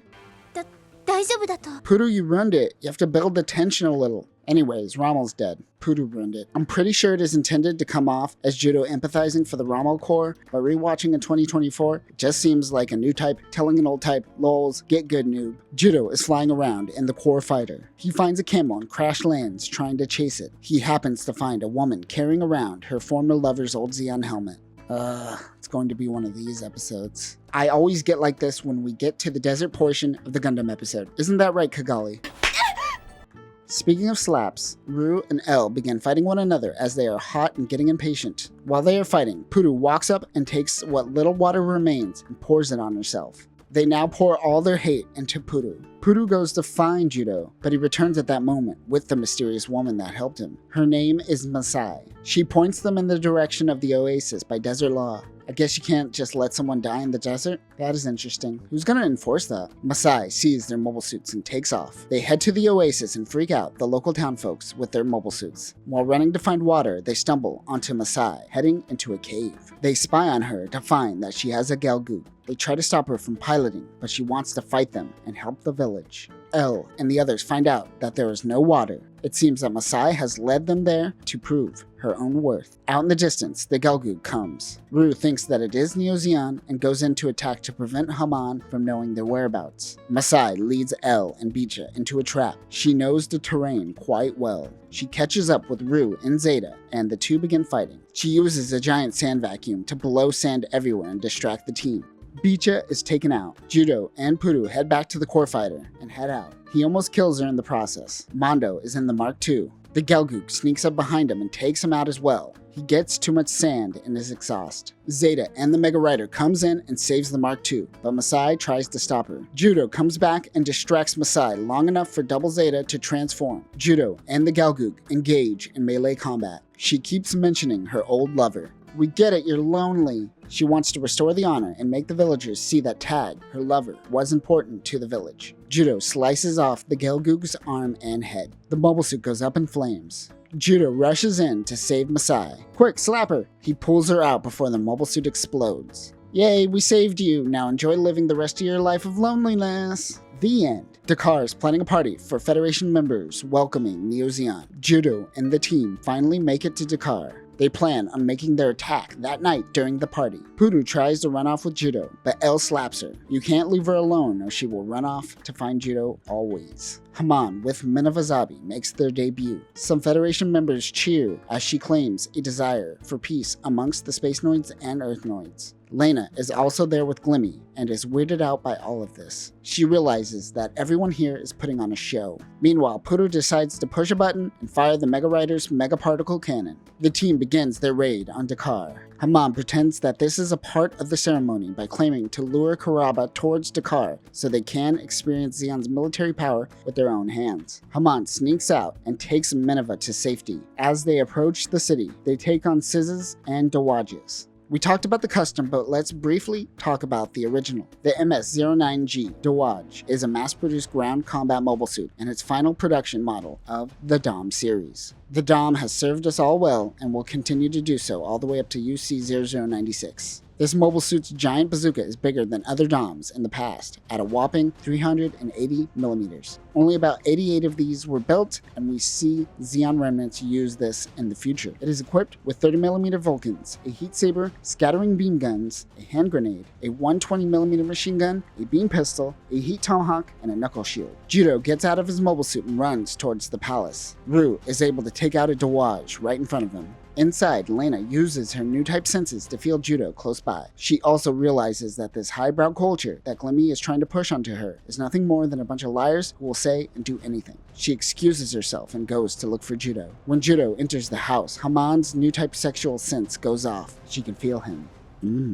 She goes to find him, once again pointing a gun at his face. She seems to take all her anger that she was probably directing towards Char and puts it onto Judau. She shoots him in the arm. Lena finds her and runs to his side. As someone attacks the palace, Judau runs and attacks Haman. They scuffle and Haman shoots at Judau. However, Lena dives right in front of him, taking the brunt of the attack. Judau holds Lena in his arms as she bleeds out. He becomes enraged. So much so that she becomes scared as she senses his new type powers bursting out of him. It is so big that the rest of the team fighting outside are able to sense it as well. Haman runs away out of fear of Judau's new type aura. Lena is holding her own, but she is still bleeding out. They head towards the core fighter. Glimmy chases them down. ジュドね、ここまで苦労して教育したリーナをむざむざ取り戻されてたまるか。 Yeah, women are property and investments. You always have the best wisdom, Glimmy. Out on the horizon is a Garuda-class ship. It is Karaba. They send Nemos and DJs to help out. Glimmy gets in his Bawu and begins fighting the Argama team. Lena's injuries are getting worse. As they try to make their escape, a Dowage shoots them down. They are dead in the water, and Lena is slowly dying. Hayato Kobayashi comes in spreading Minovsky particles everywhere. Haman, with Minavazabi on board, is prepping to bail from Dakar as they fight against Hayato's Garada-class aircraft. Haman fires missiles, and as the Garada dodges, Haman notes that the pilot must be very skilled since he can maneuver such a big ship so swiftly. Garada-class ships are big boys, and they usually move quite slowly. She gets a message that August is in a dry zone nearby. Puru and Mondo go searching for the core fighter. Meanwhile, Bicha and Mondo steal some Dodai Kais from Karaba Nemos. One thing to note is the difference between the Dodai and the Dodai Kai is that the newer model can carry 2 people. Puru and Mondo find the core fighter washed up on shore. She tells Mondo to get a first aid kit. Lena wakes up. Puru tells her not to wake up Judau. She takes her onto the island away from Judau and Mondo. She is starting to once again become jealous. A little while later, Rue and the others find Mondo and they wake up Judau. He goes rushing off into the forest, or jungle. I'm going to guess that it's a tropical jungle since they're close to Dakar in Africa, but who knows what half a dozen colony drops have done to the flora on Earth. Puru and Lina find a small hut, and inside, Lina picks up a stick and points it at Puru. She knew that she was up to something this whole time. She's jealous. Jealous of how both Judau and Glemmy treat Lina like a princess, while she is treated like a soldier. Lina understands that Puru can't help it as a cyber new type. The two scuffle as Judau comes running in. He calms her down by saying that they can all be siblings and no one has to get hurt. She begins crying about how unfairly she has been treated. While this is happening, the Gundam team is out fighting. Everyone can sense it, even Lina. She tells Judau that he must go out and fight. Puru says she will watch over her. I know that she just learned her lesson and everything, but are you sure this is a good idea? Judau goes back to the core fighter, but it's still busted. He gives it a good old whack and it starts up again. You gotta love that cliche. Less than 10 episodes ago, Mondo did this exact same thing to the cattle mobile worker. Keep playing the hits, Double Zeta. Glemmy is attacking the team, but Judau in the core fighter comes in to help. They need the core base. Everyone links up and uses their new type powers together to find the core base. Mondo in the Mega Rider grabs the core base, and that's when the team senses something. It's the Argama. It's finally made its way to Dakar. Bright preps the high mega particle cannon. Meanwhile, the team brings in the core base, but that's just when August arrives with his team and the Dryzen. Back in the jungle hut, Lina is starting to get a fever. Puru goes out for a brief moment to get a cold cloth to cool her down. The Argama fires its mega particle cannon towards Haman's Sadalan-class ship. The team has enough time to transform. As Glemmy tells August to pull back, Judau slices through his sub-flight system with his beam saber. One of Glemmy's men, Pola, is attacked in the Dawaj. She goes down but finds a Dodai Kai and uses it to escape. Rue in the Zeta Gundam begins fighting Glemmy. As the two grapple in their mobile suits, Glemmy does a little sweet talk to Rue and tricks her. He attacks her and gets away on her Dodai Kai. Pola in the Dawaj attacks the Zeta, but Rue shoots down her Dodai Kai. Her Dawaj begins going down in the direction of Lina. Puru runs back, but there's nothing she can do. The hut Lina was hiding in exploded, along with the Dawaj. Glemmy says this battle doesn't sit well with him. Judau rushes to find Lina. Puru approaches him, giving him a glimpse of hope for a brief moment. Judau is somewhat in delusion about the entire situation. Glemmy comes down and finds out that Lina has been killed. Judau tells him that Haman even shot her. Glemmy takes off and sees Haman and her Sadalan make their retreat. We are starting to see the roots of Glemmy's rebellion start to blossom. Surely Glemmy didn't think it was all about bloodlines, but being third-generation Zeons, he's starting to realize that he is indeed a Nepo baby. Remember, Glemmy comes from a royal family, but he was adopted. He carries the name, but he didn't completely grow up with it. We see this in the plot to assassinate Girin when the Toto family started gaining more power due to the family adopting a child. Certainly Haman is starting to be someone that Glemmy can't trust. Judau is still in denial, but Rue comes over and begins to give him some tough love. The team mourns in front of the burning Dawaj. The Argama makes its escape from Dakar. They are awaiting instructions from the Aldumla. Ever since returning to the Argama, Judau hasn't left the cockpit of the core fighter. Everyone wants to give him a little bit of time to mourn, but Rue is tired of his pouting. Puru tries to prevent Rue from intervening, but it's fruitless. They open up the canopy to see Judau's arms beaten and bloody from punching a monitor. Judau runs away and says that no one can understand his feelings. Astanaj gives him a nice, "We all love you, but you're acting crazy" tackle. Glemmy and Haman are meeting. They don't want the Argama to meet up with the rest of Karaba. She wonders what happened to that girl, and Glemmy mentions that she is dead. Haman plans on seizing control of the remaining Titans facilities while she orders Glemmy to handle Karaba. She reminds him of his bloodline. Back on Glemmy's Endra-class ship, the Sandra, Glemmy is talking with August. August will go down with the Dryzen team, and Glemmy will follow in his Bawu and attack the city of El Golea, which is presumed to be Karaba's base of operations. ヴィーナスのなすがままに Unlike Glemmy, August is a relatively no-nonsense person when it comes to getting the job done. He heads out with the Dryzen team. Bicha and Mondo start getting passive-aggressive towards Rue. After she calls them out, the two get directly aggressive for being so mean to Judau earlier. Also, can I just say that everyone in the past few episodes is going all out on the fashion. While Bright passively mentions that they should probably be treating Puru like a prisoner, the red alert goes up on the Argama. Ino tries to get everyone into the hangar to stop fighting and focus on the approaching enemy. Rue says screw this and goes AWOL in the core fighter. Bright orders Judau and Ino to head towards the Karaba base, while Bicha and Mondo go after Rue. Judau flashes back to Puru, telling him that Rue might be right about not wallowing in self-doubt. Rue runs into the Dryzen team. August heads on to the Karaba base while Glemmy takes on Rue. Bicha in the Hyakushiki and Mondo in the Mark II try to use Rue as bait. Glemmy in the Bawu transforms as Bicha rubs Rue in Glemmy's face. Literally. Bicha, of all people, takes out Glemmy's Bawu with his beam saber. Glemmy was able to jump out in time and survive. Rue also bails. Judau and Ino make it to El Golea after the Dryzen team starts their attack. Judau remembers Puru's words and it ignites his will to fight once again. The Dryzens run away, but the town is on fire.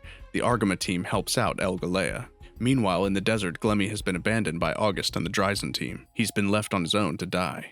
Judau finds out that Bicha and Mondo started shit with Rue, ultimately because she gave him such a hard time. Judau puts the burden of Rue's leaving on himself. Rue hides the core fighter and heads out on foot.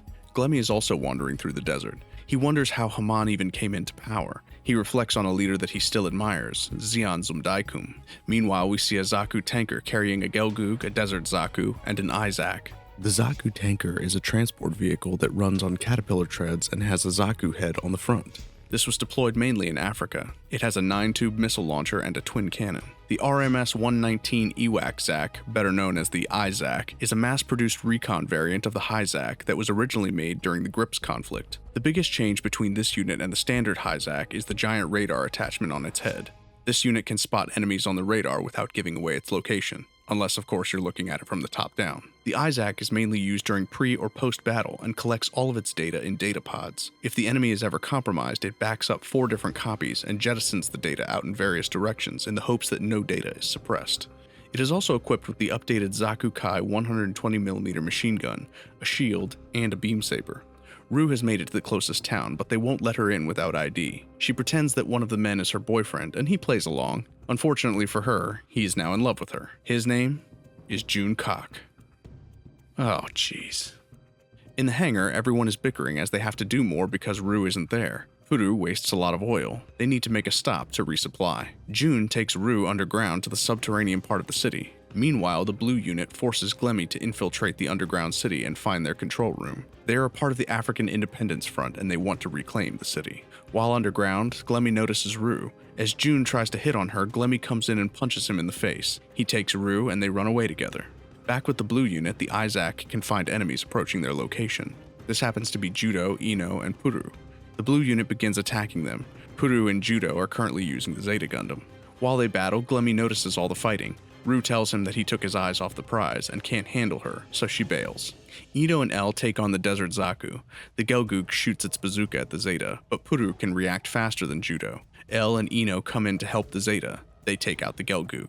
Glemmy heads back to the Zaku tanker and rushes to the battlefield, but not before the Argama team can retreat. They head to the town to go find Rue. Glemmy and the Blue Unit meet up with Dido, the leader of the team, who is in the Gelgoog. Before dying, he asks Glemmy to fight for the Blue Unit. He dies in Glemmy's arms. Elo, a Blue Unit team member, is testing Dido's old Gelgoog, as it is still functional. Elo says that Blue Unit member Gadib Yassin will be coming soon, but Glemmy tells him not to let his guard down around the Gundam. Rue heads back to the core fighter to find that Judau and the gang just left billion-dollar mobile suits lying around with the keys in the cockpit like a toddler in a hot car. Bright orders Bicha and Mondo to head out in the core base and core top to retrieve the core fighter. Remember that they can't transform into the double Zeta. Bright says he doesn't care about Rue, he just wants the fighter back. Glemmy buys June a drink as they have both been rejected by Rue, but June laughs at him and Glemmy punches him in the face again. This punch allows Puru to sense Glemmy nearby. As they find him, the Endra along with Gadib Yassin's team come in to raid the city. With the help of Neo Zeon, they plan on taking the city back. August is manning the Endra. Wait, roll that back? Absolutely savage. This might be the most brutal civilian death scene in Double Zeta thus far. Elo notices that Gadib Yassin isn't trying to recapture the city, but is rather tearing it apart. Elo begins turning on his Blue Unit teammates. Glemmy runs in front of Gadib Yassin's Douage and demands that he take him to August. The Gundam team heads back to their mobile suits to find that Rue hid them under the sand. She yells at them for leaving their mobile suits out in the open like that. Everyone heads out in their mobile suits to help save the city. Meanwhile, Elo in the blue Gelgoog is taking care of business. August, looking like he's seen a ghost, now relies on the flowery language that Glemmy uses. The no-nonsense man is caught up in gloating about Glemmy's death. Gadib Yassin heads out along with August and the Dryzen team. Oh snap! Glemmy has a sharper tongue than I'd imagine. Gadib Yassin and Elo meet on the battlefield. In their conflict, they want nothing to do with the Franks, but Gadib and Neo Zeon are teaming up with them to take down the city. He demands to know why. The battle intensifies. Judau fights Gadib Yassin. Glemmy Toto comes in and uses the beam tomahawk on Judau, but Ino and Puru come in with the Dodai Kai and block the attack, destroying the subflight system in the process. Puru and Ino get out before the Dodai Kai explodes. That is when Mondo and Bicha come in. Now that the core fighter is here, they are finally able to transform into the Double Zeta Gundam. Rue in the Double Zeta goes in and attacks Glemmy, but Elo pushes him and takes all of the attack, sacrificing himself in the process. Gadib Yassin rushes Rue, but she destroys his Dowage with the double beam rifle. Glemmy retreats, unable to avenge Dido. Meanwhile, the city is destroyed, but June is drinking while pondering on war. He thinks about Rue. The Satellon-class ship makes its way to Kilimanjaro. Haman makes her leave while Minerva gazes out to the Earth. The Argama team is making their way across the desert to meet up with the Argama. It seems that they have stolen one of the Zaku tankers that we mentioned in last week's episode. Puru is complaining about the heat. Everyone is sticky and tired. They need to take a break. Luckily, they are able to find a bed of water. It is a salt lake. As everyone plays, Judau is about to jump in, but he senses someone nearby. It is August and his team. He is still concerned about losing his position now that Glemmy is back in command. Judau goes out in the Double Zeta. He takes out one of the Drysons with the quickness. Beecha comes in to help. August instantly retreats. Well, that was fast. Judau tells Beecha not to follow too far in, but Beecha tells him not to give him orders. Back on the Indra, August needs some form of strategy if they are going to take down the Argama mobile suits. Glemmy takes him to a secret location and tells him that after he sees this, he must follow his orders until the day he dies. He shows August a clone of Puru in Cold Sleep. Glemmy knows that August was sent to watch over Glemmy. He wonders if August can betray Haman. August becomes loyal to Glemmy. Bright is on his way to Dublin when August attacks the ship. He wonders where Judau and the team are. Judau finds it weird that they retreated so early. Rue fell asleep while keeping watch, but she wakes up and notices smoke in the direction of the Argama. The team goes to launch, but Beecha trips Judau and takes out the Double Zeta himself. Bright is happy to see Double Zeta coming in to help. While fighting Beecha, August proclaims that he don't need no new types or Puru 2 to win this battle. L in the Mark II rides Rue in the Zeta mobile armor form. Judau and Puru are in the Dodai Kai. He contacts Bright to prep the Hyakushiki. The Double Zeta Vernier thrusters are messed up. L comes to help, but the two are both struggling. Bright launches in the Hyakushiki and Dodai Kai. Puru takes the reins of the Dodai, while Judau jumps onto the mobile suit. He goes in to attack August. August can't keep up, and Judau is able to destroy the Dryson and kill him. As he dies, he screams out for the Indra. The Indra? Aim higher, dude. That's like aiming for Zeon middle management. Judau proves that with Double Zeta or the Hyakushiki, Judau is better than Beecha. He goes to save his friend. On the Argama, Beecha learns a lesson that I'm sure he will forget next episode. Everyone is excited to finally wash all the sweat off their bodies. Back on the Indra, Glemmy heads to Kilimanjaro. He says that unlike August, he plans to use more than just power to win this war. He looks over Puru 2's body. The team makes their way to Dublin. Bright tells Elle that humans spent centuries planting trees, and if they didn't interfere with nature, it would be a desert like the Sahara. On Earth, Haman is trying to find a new candidate for the Psycho Gundam Mark II, but she is struggling. She is looking over documents, which shows a picture of Rosamia, who was the previous pilot. Hey, big brother! A Zeon pilot named Arius Moma and his team is heading towards the Indra. Professor X, what are you doing here? After changing course, Judau wonders if Bright ever wants to see his family. Bright says he will see them if they survive. Judau is upset by this but doesn't respond. Puru uses her new type senses to feel that he is hiding his true feelings. She was able to sense for a moment that Judau wished that Puru died instead of Lena. She runs and takes off in the core top just as the enemy approaches their location. She didn't realize that Ino was in the core top as well. She cries and says that she will defeat the enemy even though she is alone. Ino reminds her that she is not alone. Professor X and his team of Bawus attack the core top. Puru says, I will kill everyone in this cockpit if I have to. Ino would like to live, however. That is when Beecha and Judau come in with the core fighter and core base. They all head to a lower altitude. Puru and Judau talk to each other psychically. A shuttle comes in and Bawus drop down to Earth. Bright touches down and meets up with the EFF higher-ups. Judau wanders off to go find Bright while the gang heads into the city to find the hospital. They are working out peace policies with Haman and are considering offering her Side 3. But Bright tells them that giving Zeon their home back will only ignite their will for independence. They believe that the AUG are in league with Anaheim Electronics. I mean, who isn't? They tell him to withdraw to Norway and ignore any fight. They say so with a sinister laugh. That is when Judau comes in and punches a fool. Meanwhile, we meet Fa, who is working at the hospital when she happens to notice one of the kids. She wonders if the Argama is around. Professor X and his team come into Dublin and begin destroying the city. Judau and Bright are being held prisoner when the building they are in catches fire. Luckily, Fa is nearby and senses Judau. The others make it back to the Argama and launches in their mobile suits. Fa uses her jeep to create a hole for Judau and Bright to break out. She takes them back to the Argama. 煙に巻かれて涙を流しに来たのさ。 That metaphor doesn't work on Fa. She hasn't been around Bright. You aren't helpful. Judau and Bright heads to the Argama while Fa heads back to the city to find Camille. Puru takes out Double Zeta on her own. Torres currently has command of the bridge. Hell yeah, let's see more of Captain Torres. Torres decides to lift off right before Bright and Judau make it back. Professor X's Bawu cuts through Bicha with ease. He is down in the water. That is when Puru and Double Zeta comes in to help out. Fa goes to check on Camille to realize that he is gone. The Argama finally lands and picks up the crew. EFF, along with the mayor of Dublin, want to confiscate the Argama, but EFF is in such a weak state that Bright just ignores them. However, they do notice Fa coming over. As she approaches, EFF tries to stop her. Judau comes in with a gun and says to the mayor, "Hey, have you ever been shot by a war orphan?" They let Fa go. Fa reunites with Shinta and Coom, who acted as their parents more or less during the Grips conflict. She wants the Argama crew to help find Camille. Fa, Shinta, Coom, and Mondo head out on foot while El, Ino, and Judau head out in the core pieces. Puru is left behind. She is bored, but suddenly she senses Glimmy. She runs and takes the Mark II.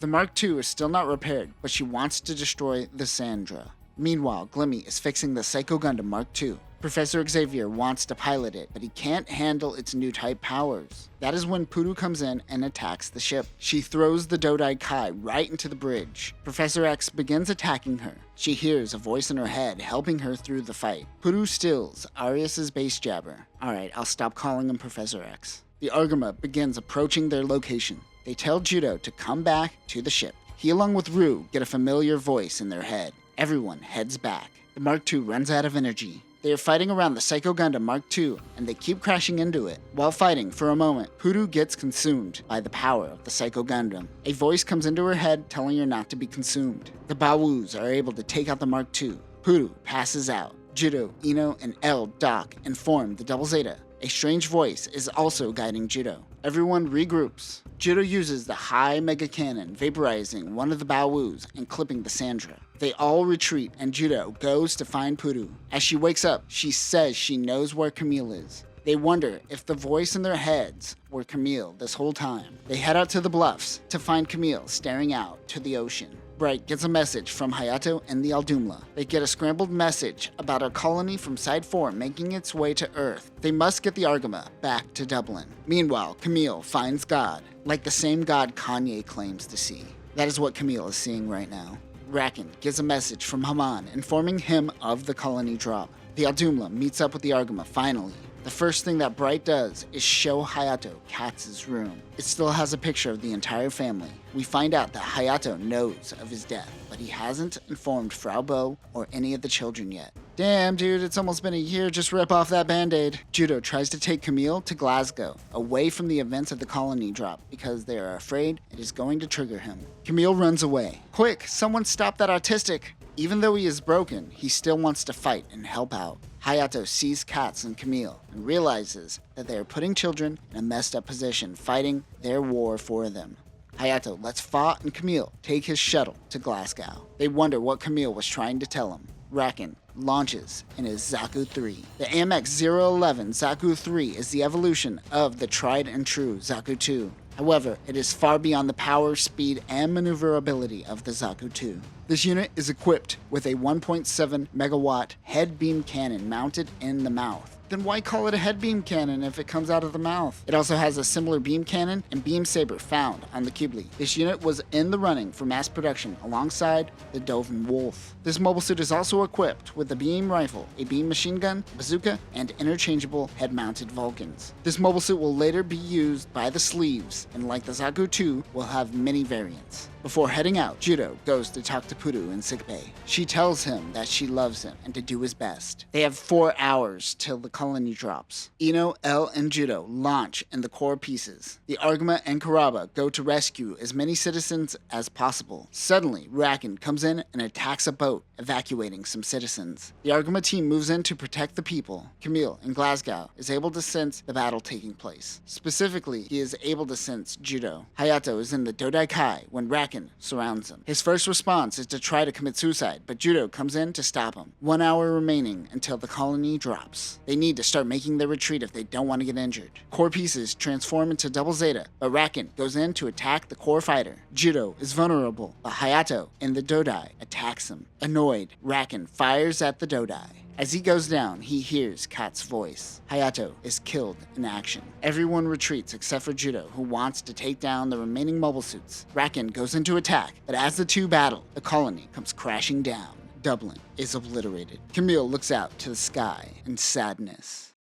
Everyone is getting swept up from the blast of the colony drop. Racken continues fighting with Judau. The smoke clears and Bright sees the damage of the colony. Unlike Operation British, this colony did not explode on impact, so it is just sticking out of Earth. Glimmy is above the clouds and is Indra, watching this all go down. He feels useless, but he still has the chance to save face by taking down the Arguma. Judau's new type senses overwhelms him with grief. He hears the voice in his head again when Racken attacks him. Judau's rage gives him his second wind. Glimmy goes to awaken Puru too. When he does, Puru can feel her. Racken is overwhelmed by Judau's power and runs away. Bright hasn't had any contact with anyone, so he decides to head to Dublin to find survivors. Puru 2 launches in the Psycho Gundam Mark II. This is more or less the same Psycho Gundam we saw Rosamia pilot by EFF. The only difference is that it is now under the hands of Neo Zeon. The Gundam team regroups. The core fighter and core top can't fly anymore. The Dodai Kai comes in to pick them up when they spot the Aldumla. Rue and the Dodai Kai head out to protect them. Puru informs Bright that something is coming their way. She helps guide the high mega cannon, and the Arguma fires through the colony towards the Psycho Gundam. Remember a few moments ago when Bright wanted to help survivors? I guess he's over it. The mobile fortress didn't get hit. They need time to recharge the high mega cannon. Puru runs off in her broken down Kubli Mark II and launches with the Dodai Kai. Puru and Puru 2 engage in battle. Oh no, they are fighting perfectly symmetrical. They both use their bits on one another. It's a bit battle. Judau comes in to help Puru.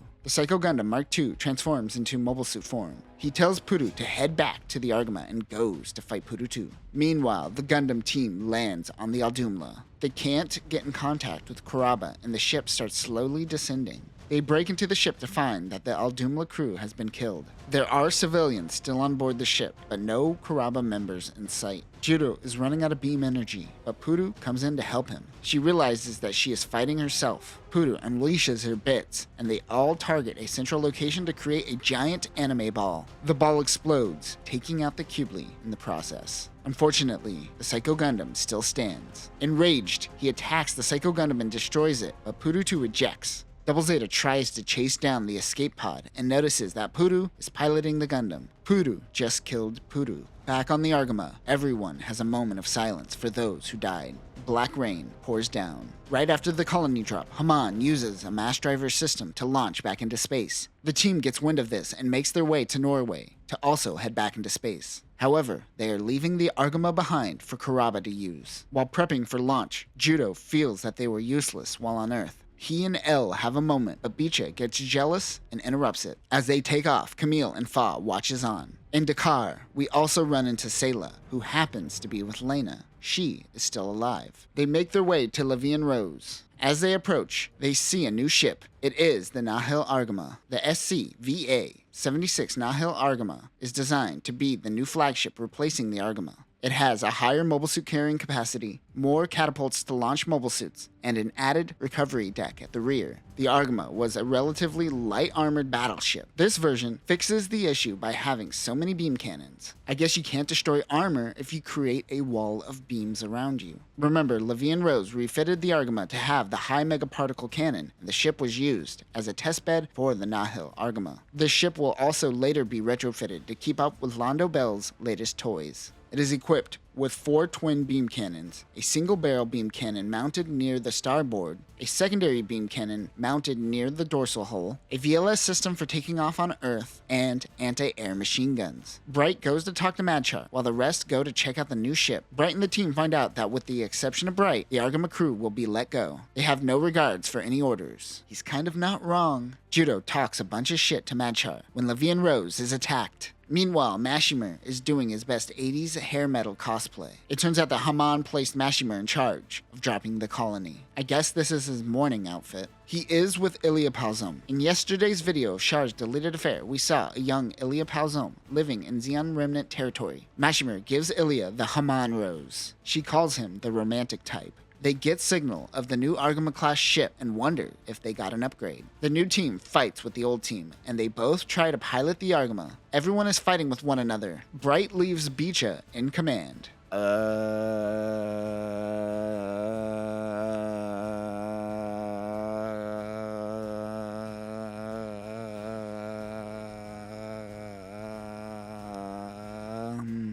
Judau launches. They are attacked by Ilya, piloting the Regelgug. The MS-14J Regelgug is an upgraded version of the Gelgug, which stands for Refined Gelgug. Its main improvement is its mobility and has more vernier thrusters in the shoulders. It has a backpack that is equipped with a missile pod and 2 beam lancers. The generator is greatly improved as well. Other weapons include a grenade launcher, a twin beam sword, a beam rifle, and the same beam machine gun that the Gelgug Jaeger uses. It also has been known to use the Gyaradoga's beam machine gun as well. We will also see these survive and be used by the sleeves in UC-0096. Bright fights with the crew while Shinta and Kum help out. Ilya attacks the Nahil Argama and creates a hole, throwing the new crew and Shinta and Kum out into space. Judau and Ilya begin fighting one another. When the Regelgug touches Double Zeta, they both get a new type sensation of the sorts. Bright launches in a shuttle to go find Shinta and Kum. Rue launches to go protect him. He sends out a tow cable for the kids. Did Hato just bite down on the tow cable? Good robot. The Regelgug gets close to the shuttle, but Judau prevents her attacks. He hides behind an asteroid, but he actually ejected the core fighter. He is able to trick her for a moment, but she grabs the core fighter. Judau tries to talk to her face to face, but that is when he feels that sensation once again. Ilya takes off as Rue comes to help out. They all retreat for now. Ilya returns and gives Mashimer Haman's rose back, but it has been destroyed. He swears he will get his vengeance on Judau. Back on the Nahil Argama, the crew says, "Screw it, we can handle this on our own." They let Bright and the kids get some rest for now. Bicha, acting as captain, commands the crew to head to the moon with their goal of pushing towards Side 3. Really? You build robots and you still get boy crazy like this? Shinta, Kum, and Bright will head out while Emily and Levian Rose go to catch up with the Nahil Argama. On board the ship, Judau is getting angry, but he says that Lena would get mad at him if he got angry. He wants to end this war so he could go and see her once again. The crew thinks that Judau just needs some rest. Meanwhile, 3 mobile suits are heading towards the Endra 2. They are Jamru Fins. The AMA-01X Jamru Fin is a prototype mobile armor that is still in development. These units are intended specifically for space combat. This mobile armor far exceeds the speeds of the Bawu and other transformable mobile suits. This mobile armor can be fitted with the Mega Booster, which is fitted with extra weapons, extending its operating range and combat ability. It can also add extra power output to the high Mega Cannon. Along with a 30.1 megawatt Hyper Mega Cannon, this unit is also equipped with a 3-tube missile launcher, a beam gun, which doubles as a beam saber, and a bomber unit. The Mega Booster adds a Mega Launcher and an 8-tube missile pod. The team consists of Danny, Dune, and Dale, which make up the 3D team. Oh, I get it. They head into an asteroid field and see a light. They decide to head towards it. However, it was Emery who decided to send out a flare to try to contact the Argama. They go to attack Levian Rose. I am sure there is a joke in there about a Rose finding that D. The Gundam team heads out on the Mega Rider. Judau fires the Mega Particle Cannon past Levian Rose and towards the 3D team. They need to make their time with Mashimer, however, so the team decides to retreat. Judau wonders what those new mobile suits were. The Argama docks with Levian Rose. Emery gives Bicha Bright's message. It says to hunt down Neo Zeon, or you will be treated as traitors by both the AUG and EFF. Bright also gives them a video message, which is more uplifting. Judau just wants to end this so he could send Lena to a good school when this is all over. L tells everyone to just go with Judau's delusions for now. On the Indra 2, which is exactly the same as Mashimur's original Indra from the beginning of the show, he meets with the 3D team. He puts them on standby while launching the Sturm Diaz team. The RMS 099B Shujrum Diaz is an improved version of the Rick Diaz. At this point, Neo Zeon has solidified their place on the Earth's sphere and have taken over some factories and started working with Anaheim Electronics. This mobile suit is designed for hit-and-run missions. It has a different skirt and improved speed and is 1.5 to 2 times faster than the Rick Diaz. However, it is equipped with the same weapons as the Rick Diaz, which include a 50mm Vulcan phalanx, beam pistol, beam saber, a 300mm clay bazooka, and a beam cannon. The 3D team launches as well as Ilya and the Regelgug. 10 mobile suits make their way towards Levian Rose and the Argama. The Gundam team launches and engages with the Sturm Diaz team. One of the mobile suits gets close and almost shoots the bridge, but Ilya shot down the Sturm Diaz commander for disobeying orders. The 3D team move in on Double Zeta. Bicha is struggling to command the bridge crew, so Emery decides to take command of both ships while Bicha launches in the Hyakushiki. Bicha and Judau fumble to work together, but they are eventually able to sink their attacks and get damage on the 2 Jamru fins. Ilya decides to have the team retreat. During the battle, Bicha was able to sense Lena. Judau is now sure that she is alive on Earth. I guess he isn't as crazy as the crew thought. Mashimur aborts his chase with the Nahil Argama. He knows it is going to Site 3, so they will meet them there eventually. Ilya isn't as optimistic as Mashimur. Bicha wants to murder everyone on Site 3, but they all remind him that doing so would be no different than what Haman did to Dublin. Right should have left L or Rue in command. As they approach Site 3, the crew spots a shuttle being attacked by old Zaku's. L and Rue head out to handle it. They engage with the old Zaku's. They all have Dodai Kais, giving the old mobile suits some modern-day mobility. Not only that, this team is well-trained. They retreat, claiming their mission is complete. The Argama crew boards the shuttle. They find civilians on board. Also on board are Zeon soldiers that are hiding from the AU. Bicha gets an alert that there is another shuttle close by being attacked by the same Zaku's. This time, Judau goes out in Double Zeta. He doesn't let them escape this time. Poor Zaku's, they didn't have a chance. He uses missile pods to take out the final Zaku. On board, the ship happens to be the Light Tribe. They run into Sarasa and Rasara once again. Torres wants to treat them as spies for now. Sarasa mentions that there is an evil aura on board this ship. One of the civilians is Haman in disguise. One of her underlings sends out a flare to warn nearby Zeon pilots. As it goes off, the pilots launch in their Gaozoms. They surround the Argama.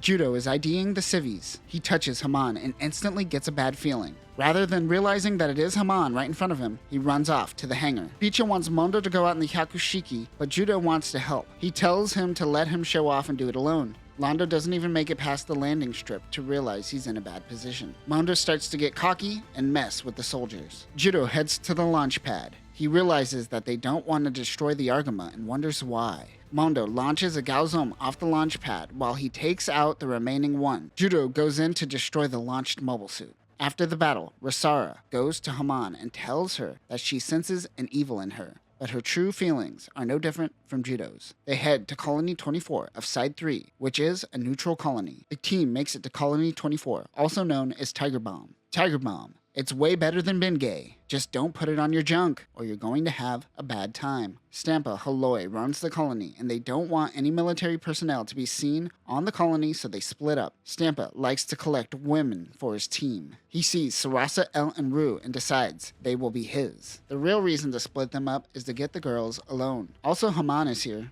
As Judau's team is being transported, it is attacked by a petite mobile. Some random citizens want to take the Gundam, but Judau kicks him in the freaking head and tries to crush him with his own petite mobile. They tell Judau and the gang that they have to steal to make ends meet, or they get sent to the mines. They also tell them that Stampa is going to have sex with all your crew members. It's time for a good old-fashioned cross-dressing episode. The boys dress up like women to break in and save the girls. Stampa is watching the monitor of all the girls. This scene is just missing a bottle of lotion. Gross. Sarasa and Rasara bug Haman about following the light. Proselytizing a religion usually never works. Haman wants to be away from these religious freaks. The boys dressed up as girls to get into Stampa's compound. They notice mobile suits outside being used as statues. They enter and Stampa calls them ugly. He kicks him out, but lets Ino stay. Judau knocks out a guard and gets into one of the GOGs outside. He breaks out the girls and begins fighting Stampa's men. One is an Agai Guy. The MSN-04N Agai Guy is a modified variant of the Guy. After Zeon forces took over California base during the 1-year war, they created a model with the sole purpose of infiltrating Judau. However, since Char was able to find a way into the base, an attack happened before the mobile suits were actually finished. This unit is primarily designed for close combat. It is equipped with 20mm Vulcans, a heat rod, an iron nail, and interchangeable forearm. They were rarely used and found in the hands of rich guys like Stampa. He is able to take out the mobile suit in quite a comedic manner. A Zagok suddenly appears. It happens to be Haman. She is still trying to convince Judau to join her. Judau tries to make her flinch, but she says, "You a punk bitch." Stampa gets in the way and everyone retreats. Meanwhile, Mashimer finally makes it to Side 3. Haman and Stampa begin working together. He wants to take down the Nahil Argama for her. Sarasa senses that the Argama crew is being brought down by the presence of Haman, so she wants to handle it on her own. Rosara and Mondo goes with her. The rest of the team follows Mondo and the sisters. Of course, while out in public, Mondo is caught instantly. They run away and eventually run into Stampa and a Zagok. Stampa tries to crush Mondo, but Rosara comes and jumps on top of him.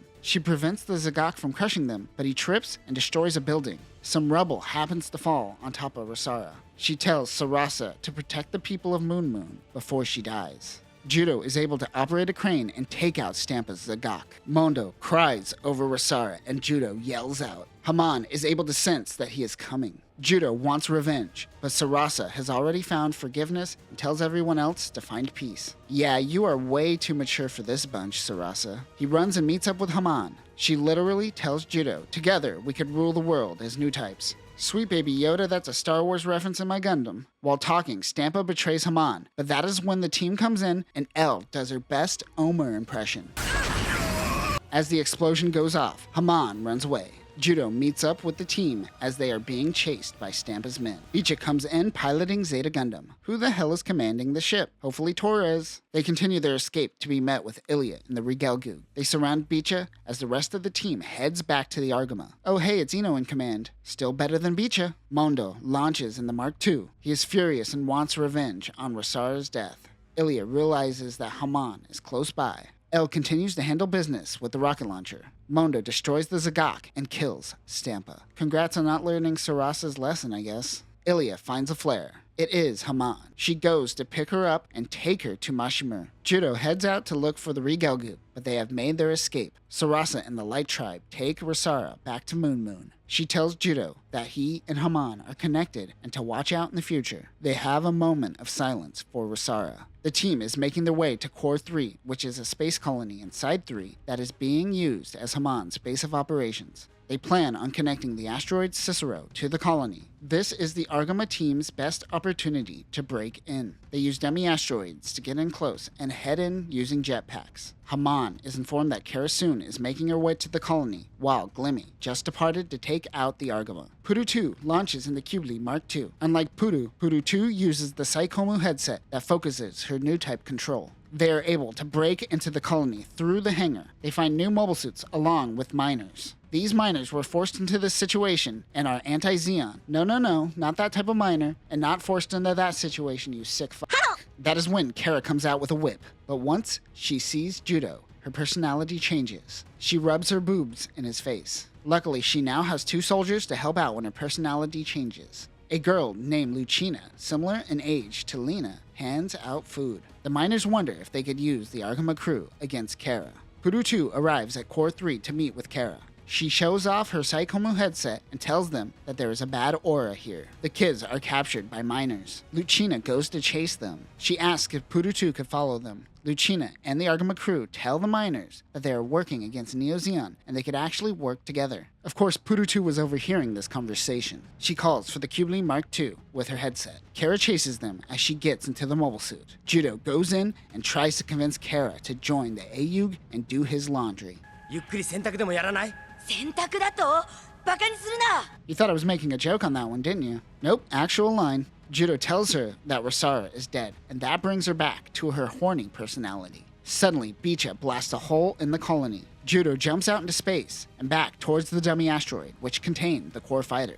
He transforms into Double Zeta. Kara meets him on the battlefield with the Gamalk. The AMX 015 Gamalk is a mass-produced mobile suit intended for Zeon's new types. Gamalk is one of the most heavily armed mobile suits of its time, with over 20 beam weapons mounted on a mobile suit that is only 25.5 meters. That is slightly bigger than Double Zeta, but very small considering it has more beam weapons than a one-year war battleship. This unit also contains a Psychomu system and has 2 types of funnels. There are 2 mother funnels, which are technically closer to bits than funnels, whereas the child funnels can output 1.8 megawatts and can store 28 of them on the mobile suit. It also has a beam rifle, a beam saber, and a triple grenade launcher. Judau tries to convince her to stop fighting, and she responds by firing all of her beam weapons. Judau runs away as Kara's 2 men come out in Galbadis and snap her out of it. They head back to the asteroid to find out that the miners and Lucina have been kidnapped. It was Puru 2. Cicero finally finishes connecting to Core 3.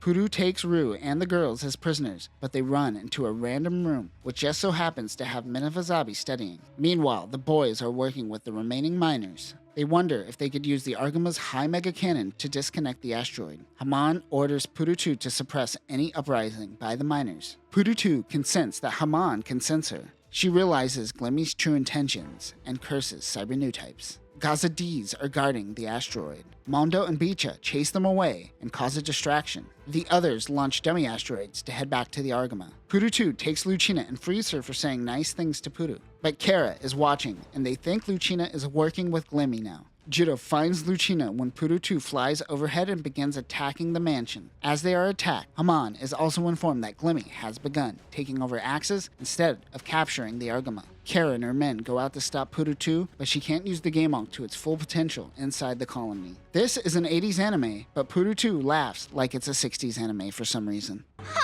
Meanwhile, on the asteroid, the miners begin rebelling against Neo Zeon. Judau breaks the girls out of jail. As they escape, they run into Haman. One of Kara's men, Lant, goes to save Haman while the Argama crew retreats. Judau hides the core fighter in the subway system. They head out of the colony to find Bicha and Mondo.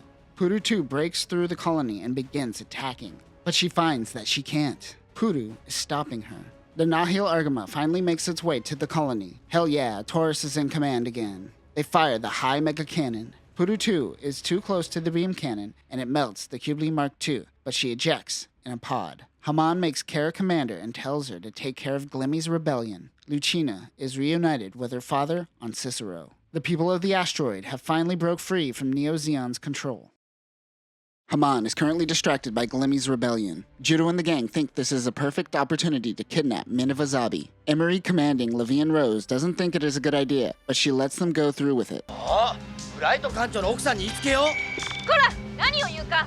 Damn, that is savage, Judau. Give her a break, she is going to die in this episode. Side note, Japanese marketing sucks. They give away spoilers and deaths and trailers. Double Zeta gave away Emery's death, along with Rasara's death in the episode trailer. I don't like that. Rue and Zeta, and Judau and Double Zeta head out disguised in dummy asteroids. Raken plans on taking care of Kara during Glimmy's advance. If the Argama makes its way to the battlefield, Puru will take care of it. Glimmy tells her that Puru 2 is the only one capable of piloting Queen Mansa. Judau and Rue head into Core 3. Meanwhile, Haman gives Mashimer a new rose. As he leaves, Haman tells Ilya to watch out for Mashimer. Judau takes out the power, notifying Haman, but she doesn't know if it is Cicero rebels or Glimmy. Haman has made a lot of enemies. She senses Judau. Judau and Rue break in to find Miniva crying. They realize that she may be the heir to Zeon, but she is still a kid. Rue and Miniva escape while Judau takes on Haman. Oh no, watch out Judau, she might Lena you! For a final time, Haman tries to convince Judau to come to Zeon, but he realizes that she will do to him what she has done to Miniva.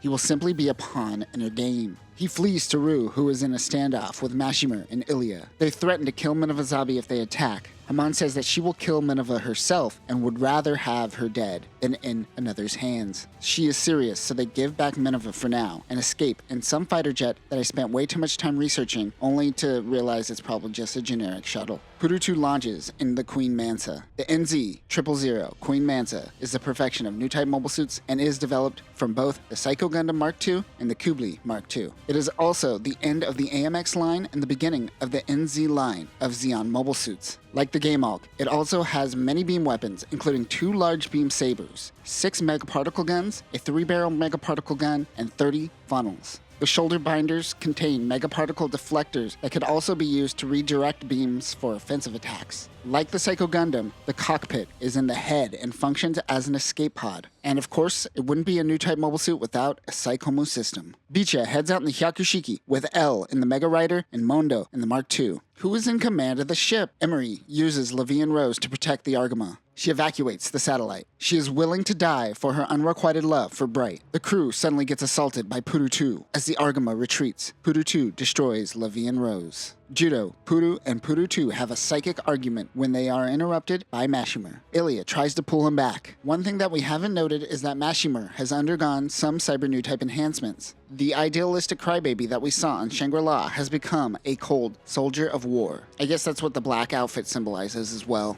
Everyone retreats for now. The Argama crew heads to Levian Rose to find Emery's body. Mashimer heads to Axis to retake the asteroid from Glimmy. Both give emotional speeches to their teams before battle. The Argama crew is sifting through the rubble of Levian Rose. They find the black box. Millie promises to give it to Bright. The team's plan is to flank Haman while they attack Glimmy. Everyone begins launching. Ashtenaz shows off some improvements for Double Zeta. This is Full Armor Double Zeta Gundam. The FA-010S Full Armor Double Zeta Gundam is an upgrade of the enhanced version of the Double Zeta, which I think we forgot to talk about. Whoops. This upgrade adds many extra beam cannons. It also has a new anti-beam coating and can withstand standard beam shots for up to 3 seconds. The downfall to the full armor version is that the extra armor prohibits the unit from using the core block system. It has the same weapons loadout as the enhanced Double Zeta. Raken and his team launch in the Dovin Wolf. The AMX-014 Dovin Wolf consists of parts used by EFF and the Psycho Gundam Mark II, as well as the Gundam Mark V as a base, while integrating the quasi-Psychomu system of the Hama. This allows non-new type pilots to use new type weapons such as the Incom. This is a backpack that has wired beam guns. It also has beam hands, and the hands themselves function like funnels. This unit's fusion reactor has the highest output for a mass-produced mobile suit, with only the Double Zeta and the Gamalx surpassing it. It is also equipped with a megaparticle cannon, a 12-tube missile launcher, anti-ship missiles, 30mm Vulcans, a shield, and much more. Mashimer launches in his Zaku 3 Custom. The AMX-011S Zaku 3 Custom is a modified Zaku 3. It has a new head unit which mounts a pair of Vulcans. It also has a new backpack with high output verniers. This unit also has a longer skirt which stabilizes the unit and improves the AMBAC system. Raken begins fighting with Kara's 2 men, Neil and Lance. Last time I said that they were in Galbatis, but they are piloting Gaz R and Gaz L. The AMX-117R Gaz R and the AMX-117L Gaz L did evolve from EFF's Galbati Beta and are designed to be the Royal Guard for Haman or Kara. It is equipped with a Hyper Beam Saber, a regular beam saber, a heat lance, and a beam rifle. Mashimer and Puru 2 begin fighting. He is handling his own against the Queen Mance's bits. The Argama goes in to attack Axis before Haman's ship comes from behind. As they head out for battle, Bicha says that he was always nice to Elle and hoped that she would notice, which is the closest thing we're getting to character growth for Bicha. Kara is fighting with Raken when Judau comes in to help. But since Judau is there, Kara's personality changes and she begins acting weird. Raken attacks Mashimer. His Dovin Wolf team all grabs the Zaku's limbs and attack. But Mashimer is exuding with new type rage. His aura is overwhelming. Mashimer kamikazes, not with his mobile suit, but with his new type potential. Did Mashimer just do a Char's counterattack before Char's counterattack? The man who spent the majority of his life pleasing Haman has also sacrificed himself for her cause. And a response to that is simply, I have one less pawn. Truly a simp to the very end. Raken's team retreats as Puru 2 and a new type unit begins their attack. On the moon, Bright meets with Lena and Sayla Mass.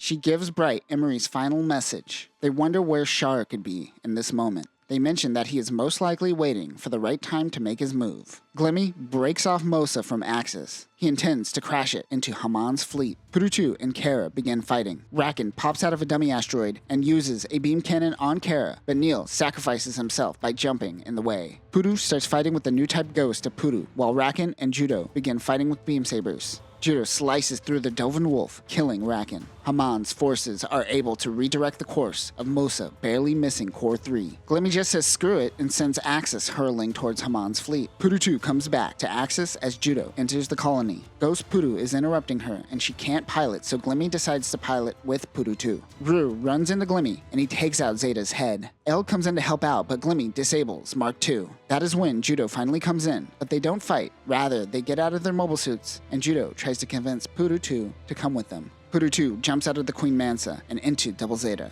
At that moment, Rue locks onto Glimmy's cockpit and opens fire, killing Glimmy in the process. The team gets out of there before Axis crashes. Hamon's fleet falls back and abandons Core 3. Axis crashes into the colony, but Double Zeta is able to make its escape. L, Rue, and Puru 2 is with him, but Zeta and Mark II didn't make it. Hamon's fleet isn't moving, as though waiting for the Argama to make a move. Judau realizes he has to go out and face Hamon alone. L goes to chase Judau, and Beecha chases L. While Judau preps for his final battle, Beecha says, "This one's for you, Bright," and gives L a nice slap. He says that they all need to put their faith in Judau. She agrees. Wait, is that the resolution to the L, Judau, and Beecha triangle? That's a little underwhelming if you ask me, but I guess Beecha did have one more character moment, so that's something. Hamon heads out in the original Cubely to meet up with Judau. When they do, Glimmy's new type fleet of Cubleys are still alive. Karasun and Lance come in to take care of the Cubleys while Hamon fights Judau. They take out Lance and the Gazelle instantly. Kara grabs one of the Cubleys and overdrives all her beam weapons, blowing up the Game Hulk and killing herself in the process. She's so happy when she dies too, look at her. Whee!